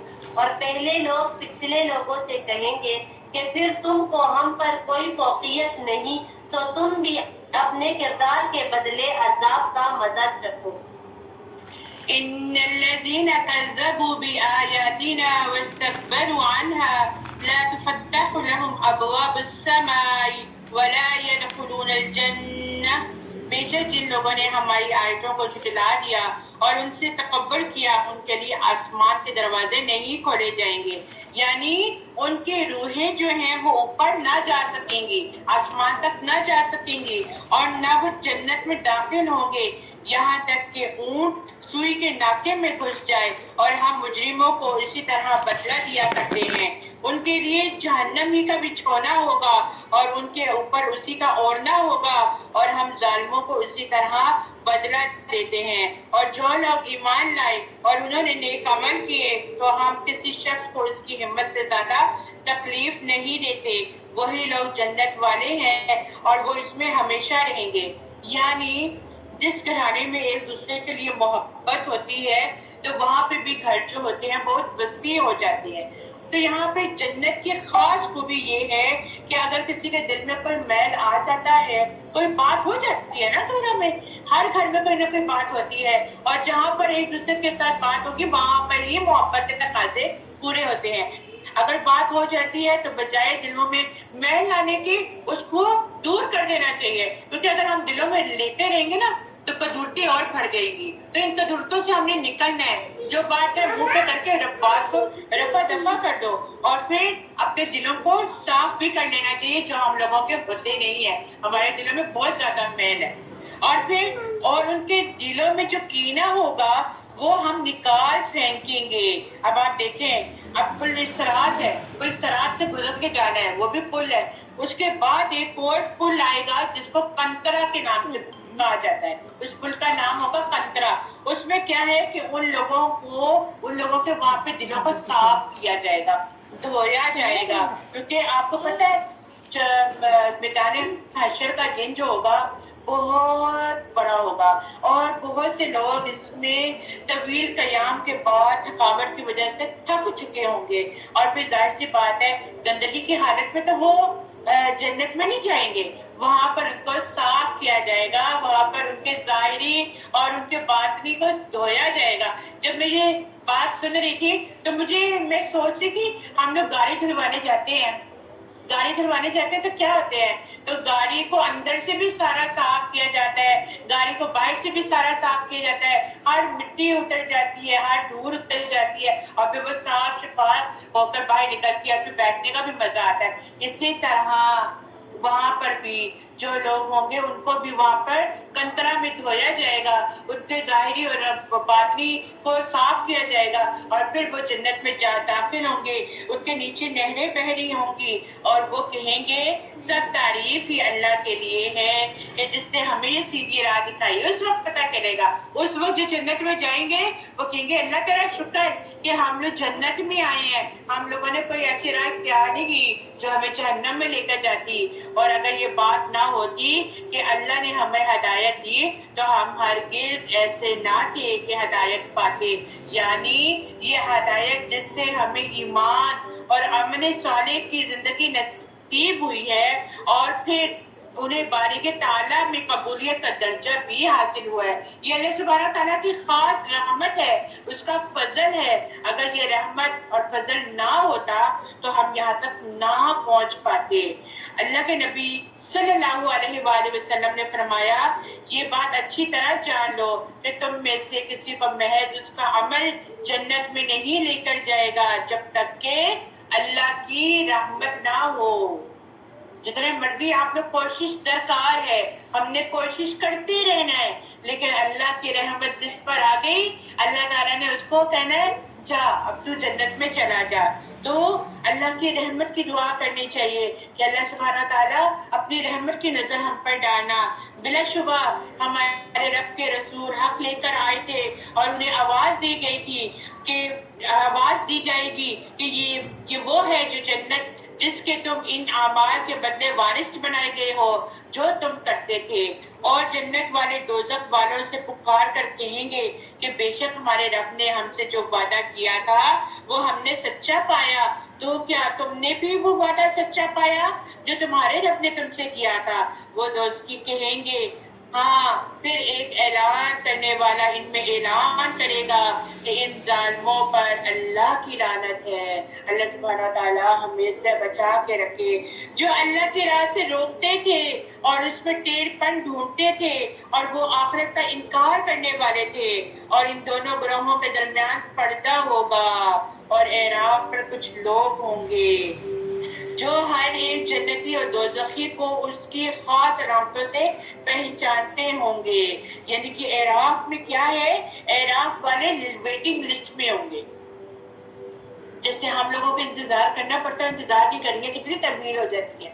ہم کہتے ہیں کو کیا ہے، انتظار کرنا بڑا مشکل ہے، اور امید بھی رکھیں گے کہ کون ہے وہ لوگ جن کے نیک عمل اتنے زیادہ نہیں ہے کہ وہ جنت میں جا سکے اور نہ برے عمل زیادہ ہیں کہ وہ جہنم میں جا سکے. یعنی کہ دونوں جنت اور جہنم کا جو ہوگا نا وہ برابر ہوگا. تو حدیث میں آتا ہے اگر کسی کے جوں کے انڈے کے برابر بھی نیک عمل ہوں گے وہ جنت میں چلا جائے گا. اور وہاں چھوٹی نیکی کو بھی بڑی قدر ہمیں ہوگی. اس وقت ہم چھوٹی سے چھوٹی نیکی کی بھی قدر کریں گے. اور چھوٹی سے چھوٹی نیکی کیا ہے، چلے میرے ساتھ پڑھ لیجئے کہ آج ہم بھی چھوٹی سے چھوٹی نیکی کر کے اپنے لیے جنت میں گھر بناتے ہیں. بلند آواز میں سبحان اللہ سبحان اللہ والحمد للہ الحمد للہ ولا الہ الا اللہ ولا الہ الا اللہ واللہ اکبر واللہ اکبر ولا حول ولا قوة الا باللہ العلی العظیم. ولا حول ولا قوة إلا بالله العلي العظيم. اور وہ جنتیوں کو پکار کر کہیں گے تم پر سلام ہو، اعراف والے ابھی جنت میں داخل نہ ہوئے ہوں گے جبکہ وہ اس کی امید رکھتے ہوں گے. اور جب ان کی آنکھیں دوزخیوں کی طرف پھیری جائیں گی تو وہ کہیں گے اے ہمارے رب تو ہمیں ظالم لوگوں کے ساتھ نہ کر. اور اعراف والے کچھ ایسے لوگوں کو پکاریں گے جنہیں وہ ان کی خاص علامتوں سے پہچانتے ہوں گے. وہ کہیں گے تمہیں تمہارے گروہ نے کوئی فائدہ نہیں دیا اور نہ تکبر نے فائدہ دیا جو تم کرتے تھے. کیا یہی وہ لوگ ہیں جن کے بارے میں تم قسمیں کھاتے تھے کہ اللہ ان پر رحمت نہیں کرے گا؟ ان سے تو کہہ دیا گیا کہ تم جنت میں داخل ہو جاؤ، تم پر کوئی خوف نہیں ہوگا اور نہ تم غمگین ہوگے. اور دوزخ والے جنت والوں کو پکار کر کہیں گے تم کچھ پانی ہی ہم پر انڈیل دو. اللہ، تم کچھ پانی ہی ہم پر انڈیل دو یا اس رزق میں سے جو اللہ نے تمہیں دیا ہے کچھ ہمیں ہی عطا کر دو. دیکھو کس قدر بے بسی کا عالم ہے. وہ جنتی کہیں گے بے شک اللہ نے یہ دونوں چیزیں کافروں پر حرام کر دی ہیں، کیونکہ بہرحال جہنم میں ان کو بھوک تو لگے گی. جب گناہوں کی کثرت زیادہ ہو جاتی ہے تو ہمیشہ یاد رکھے کہ پانی پلانا شروع کر دیا کرے. جب آپ لوگوں کو لگے کہ گناہوں کی کثرت زیادہ ہو گئی ہے تو پانی کو پلانا لازم کر دیں. اس آیت میں اس بات کی دلیل ہے کہ پانی پلانا افضل عمل میں سے ہے. ابن عباس سے پوچھا گیا کون سا صدقہ افضل ہے؟ انہوں نے کہا پانی پلانا. آپ نے جہنمی کو نہیں دیکھا جب وہ جنت والوں سے فریاد کریں گے ہم پر پانی ڈالو، جس کے گناہ زیادہ ہو جائے تو پانی پلانا لازم کر دے. آج ہمارے گھروں میں کیا ہوتا ہے، میری کی باری ہے بس میں پانی بھرتی رہوں اور میں پانی پلاتی رہوں. ہم لوگ ایسے کہتے ہیں نا، دسترخوان پہ بیٹھتے ہیں بس میں ہی پانی پلاتی رہوں. تو آپ یہ کیوں نہیں سمجھتے اگر ہم نے کسی کو پانی پلا دیا تو اللہ تعالیٰ ہمارے گناہوں کو دھو ڈالے گا، اللہ تعالیٰ ہمارے گناہوں کو معاف کر دے گا۔ ہم مومن کا بھی یہ کردار ہونا چاہیے۔ آج کے کلاس کے بعد ان لوگوں کو پانی تقسیم کیا جائے، ٹھیک ہے؟ آگے دیکھتے ہیں۔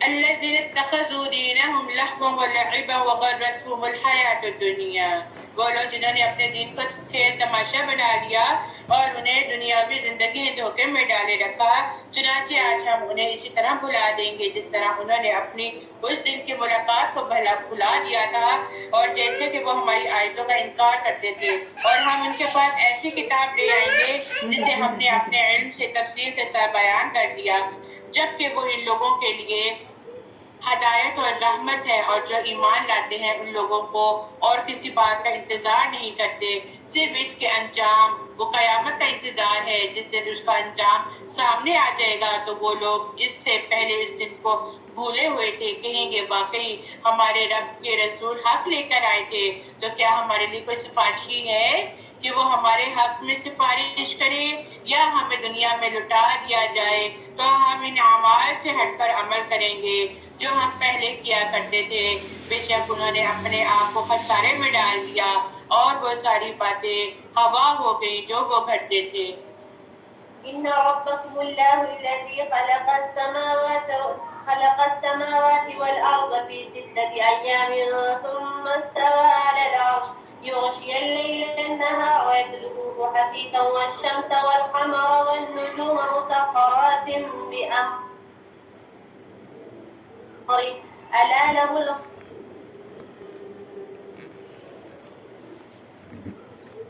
الخلق والأمر تبارك الله رب العالمین، جس نے سب آسمانوں اور زمین کو 6 روز پیدا کیا، پھر عرش پر قائم ہوا اور شب سے دن کو ایسے طور پر چھپا دیتا ہے کہ وہ شب اس دن کو جلدی سے آ لیتی ہے، اور سورج اور چاند اور دوسرے ستاروں کو پیدا کیا ایسے طور پہ کہ سب کے اس کے حکم کے تابع ہے۔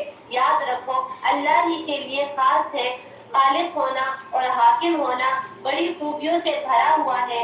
اللہ جو تمام عالم کا پروردگار ہے، تم لوگ اپنے پروردگار سے دعا کیا کرو، تسلیل ظاہر کر کے بھی اور چھپ کے بھی، اور واقعی اللہ تعالیٰ ان لوگوں کو ناپسند کرتا ہے جو حد سے نکل جائے، اور دنیا میں اس کے بعد کہ اس کی دوستی کر دی گئی، درستگی کر دی گئی، فساد مت پھیلاؤ، اور تم اللہ کی عبادت کرو، اس سے ڈرتے رہو اور امید کرتے رہو، بے شک اللہ تعالیٰ نیک کام کرنے والوں سے نزدیک، اللہ تعالیٰ کی رحمت نیک کام کرنے والوں سے نزدیک ہے، اور وہ ایسا ہے کہ اپنی باران رحمت سے اپنے ہواؤں کو بھیجتا ہے کہ وہ خوش کر دیتی ہے، یہاں تک کہ جب وہ ہوائیں بھری بادلوں کو اٹھا لیتی ہے تو ہم اس بادل کو کسی خشک سرزمین کی طرف ہانک لے جاتے ہیں، پھر اس بادل سے پانی برساتے ہیں، قسم کے پھل نکالتے ہیں، یوں ہی ہم مردوں کو نکال کر کھڑا کریں گے تاکہ تم سمجھو۔ والبلد الطیب یخرج نباتہ بإذن ربی، اور جو ستھری زمین ہوتی ہے اس کی پیداوار اپنے رب کے حکم سے خوب نکلتی ہے۔ یہاں پہ ستھری زمین سے کیا مراد ہے؟ انسان، کہ اچھے انسانوں سے بڑے پیمانے پر خیر پھوٹتی ہے، اور جن کے اندر خرابی ہوتی ہے اس کی پیداوار ناقص ہوتی ہے، یعنی جن کے اندر شر ہوتا ہے وہ چھوٹی خیر کے کام بھی کرتے ہیں تو اس کے اندر بھی ان کا شر چھپا ہوتا ہے۔ اسی طرح ہم اپنی آیات کو ان لوگوں کے لیے پھیر کر بیان کرتے ہیں جو شکر کرتے ہیں۔ اب انبیاء علیہ السلام کے قوم کی بات کی جائے گی۔ ہم اپنے 8ویں پارے کی آخری منزلوں کی طرف جا رہے ہیں۔ ہم نے نوح کو اس کی قوم کی طرف بھیجا، چنانچہ اس نے کہا اے میری قوم تم اللہ کی عبادت کرو، اللہ کے سوا تمہارے لیے کوئی معبود نہیں، بے شک میں تم پر بہت بڑے دن کا عذاب آنے سے ڈرتا ہوں۔ اس کی قوم میں سے بعض سرکاروں نے کہا بے شک ہم تو تجھے کلی گمراہی میں دیکھتے ہیں۔ نوح علیہ السلام نے کہا اے میری قوم میں گمراہ نہیں ہوں، بلکہ میں تو سب جہانوں کے رب کی طرف سے رسول ہوں، میں تمہیں اپنے رب کے پیغامات پہنچاتا ہوں اور تمہاری خیر خواہی کرتا ہوں۔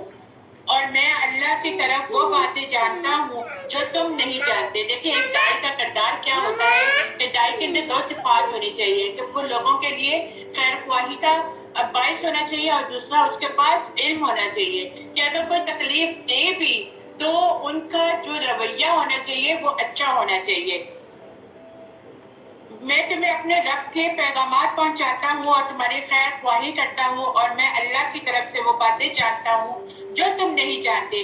کیا تم اس بات پر تعجب کرتے ہو کہ تمہارے پاس تمہارے رب کی طرف سے ایک ایسے آدمی کے ذریعے سے نصیحت آ گئی جو تم میں سے ہے تاکہ وہ تمہیں ڈرائے اور تاکہ تم ڈر جاؤ اور تاکہ تم پر رحم کیا جائے. پھر انہوں نے نوح علیہ السلام کو جھٹلایا اور ہم نے اسے اور ان لوگوں کو جو اس کے ساتھ ایمان لانے والے تھے کشتی میں بچا لیا اور ہم نے ان لوگوں کو غرق کر دیا جو ہماری آیتوں کو جھٹلاتے تھے. بے شک وہ لوگ دل کے اندھے تھے. پھر ہم نے قوم عاد کی طرف ان کے بھائی ہود کو بھیجا. اس نے کہا اے میری قوم تم اللہ کی عبادت کرو اس کے سوا تمہارے لیے کوئی معبود نہیں. کیا پھر تم ڈرتے نہیں؟ اس کی قوم میں سے کافر چودھری کہنے لگے بے شک ہم تجھے بے وقوفی میں پڑا دیکھتے ہیں اور بے شک ہم تجھے جھوٹوں میں گمان کرتے ہیں. ہود نے کہا اے میری قوم میں بے وقوف نہیں ہوں بلکہ میں تو سب جہانوں کے رب کی طرف سے رسول ہوں. میں اپنے رب کے پیغامات تمہیں پہنچاتا ہوں اور میں تمہارا خیر خواہ اور امین ہوں. کیا تم اس بات پر تعجب کرتے ہو کہ تمہارے رب کی طرف سے تمہارے پاس ایک ایسے آدمی کے ذریعے سے نصیحت آئی ہے جو تمہیں میں سے ہے تاکہ وہ تمہیں ڈرائے. اور یاد کرو جب اس نے قوم نوح کے بعد تمہیں زمین میں ایک دوسرے کا جانشین بنایا اور تمہیں قد و قامت میں بڑھوتری دی لہٰذا تم اللہ کی نعمتوں کو یاد کرو تاکہ تم کامیاب ہو جاؤ. انہوں نے کہا کیا تم ہمارے پاس اس لیے آیا ہے کہ ہم ایک اکیلے اللہ کی عبادت کریں اور انہیں چھوڑ دیں جن کی ہمارے باپ دادا عبادت کیا کرتے تھے. چنانچہ اگر تو سچوں میں سے ہے تو ہم پر عذاب تو لے کر آ جس سے تو ہمیں ڈراتا ہے. ہود نے کہا تمہارے رب کی طرف سے تم پر عذاب اور غضب نازل ہوا ہی چاہتا ہے. کیا تم مجھ سے ان ناموں کے بارے میں جھگڑتے ہو جو تم نے اور تمہارے آباء و اجداد نے کر رکھے ہیں؟ اللہ نے ان کی کوئی دلیل نازل نہیں فرمائی. چنانچہ تم انتظار کرو بے شک میں بھی تمہارے ساتھ انتظار کرنے والے میں سے ہوں. پھر ہم نے ہود کو اور ان لوگوں کو اس کے ہمراہ جو تھے اپنی رحمت کے ساتھ نجات دی اور ہم نے ان لوگوں کی جڑ کاٹ دی جنہوں نے ہماری آیات کو جھٹلایا اور وہ ایمان لانے والے نہ تھے. اور ہم نے قوم سمود کی طرف ان کے بھائی صالح علیہ السلام کو بھیجا. صالح علیہ السلام نے کہا اے میری قوم تم اللہ کی عبادت کرو. ہر نبی ہر پیغمبر ایک ہی پیغام لے کر آیا ہے کہ اللہ کی عبادت کرو اور کسی کے ساتھ شرک نہ کرو. تحقیق تمہارے پاس تمہارے رب کی طرف سے واضح دلیل آ گئی. یہ اللہ کی اونٹنی ہے جو تمہارے لیے خاص نشانی ہے. تو انہوں نے پھر بہت کوئی مانگا تھا تو چنانچہ تم اسے چھوڑ دو کہ اللہ کی زمین پہ چلتی پھرے اور اسے برائی کے ساتھ ہاتھ نہ لگانا ورنہ تمہیں بہت دردناک عذاب پکڑ لے گا.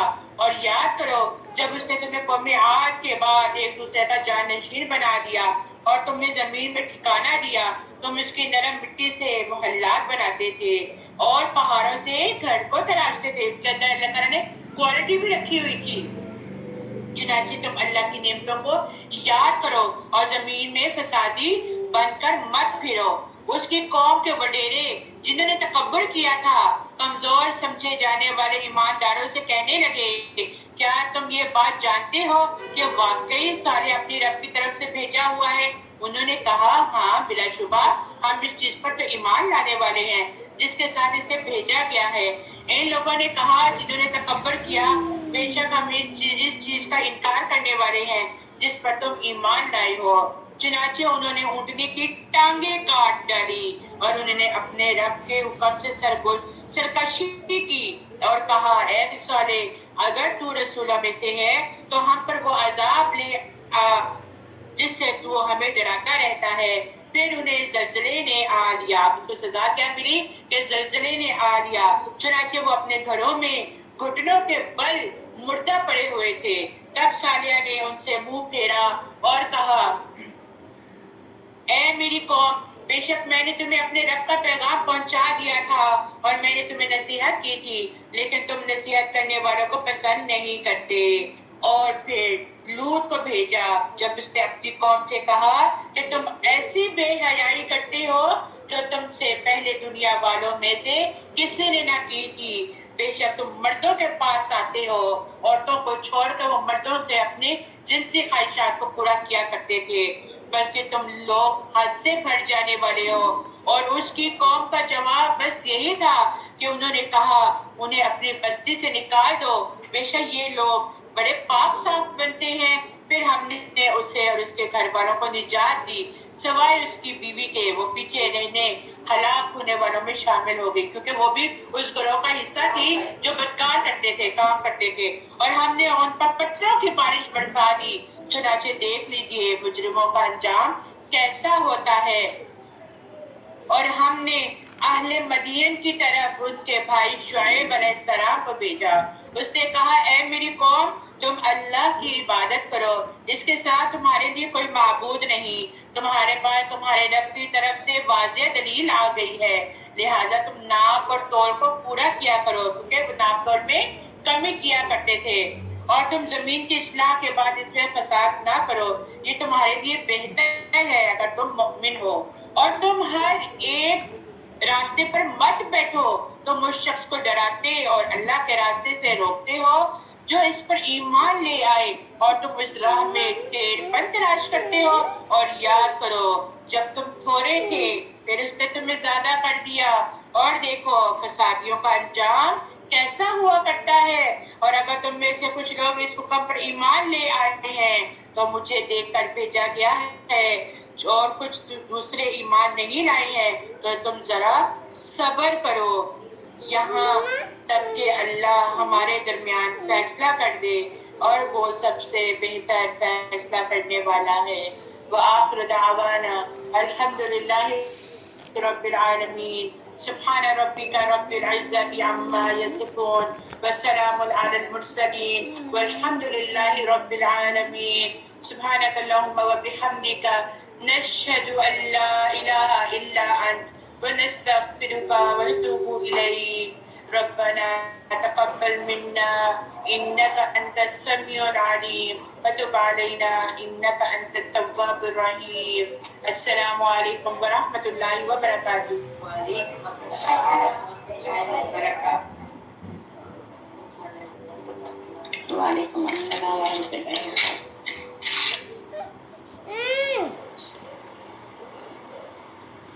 وعلیکم السلام۔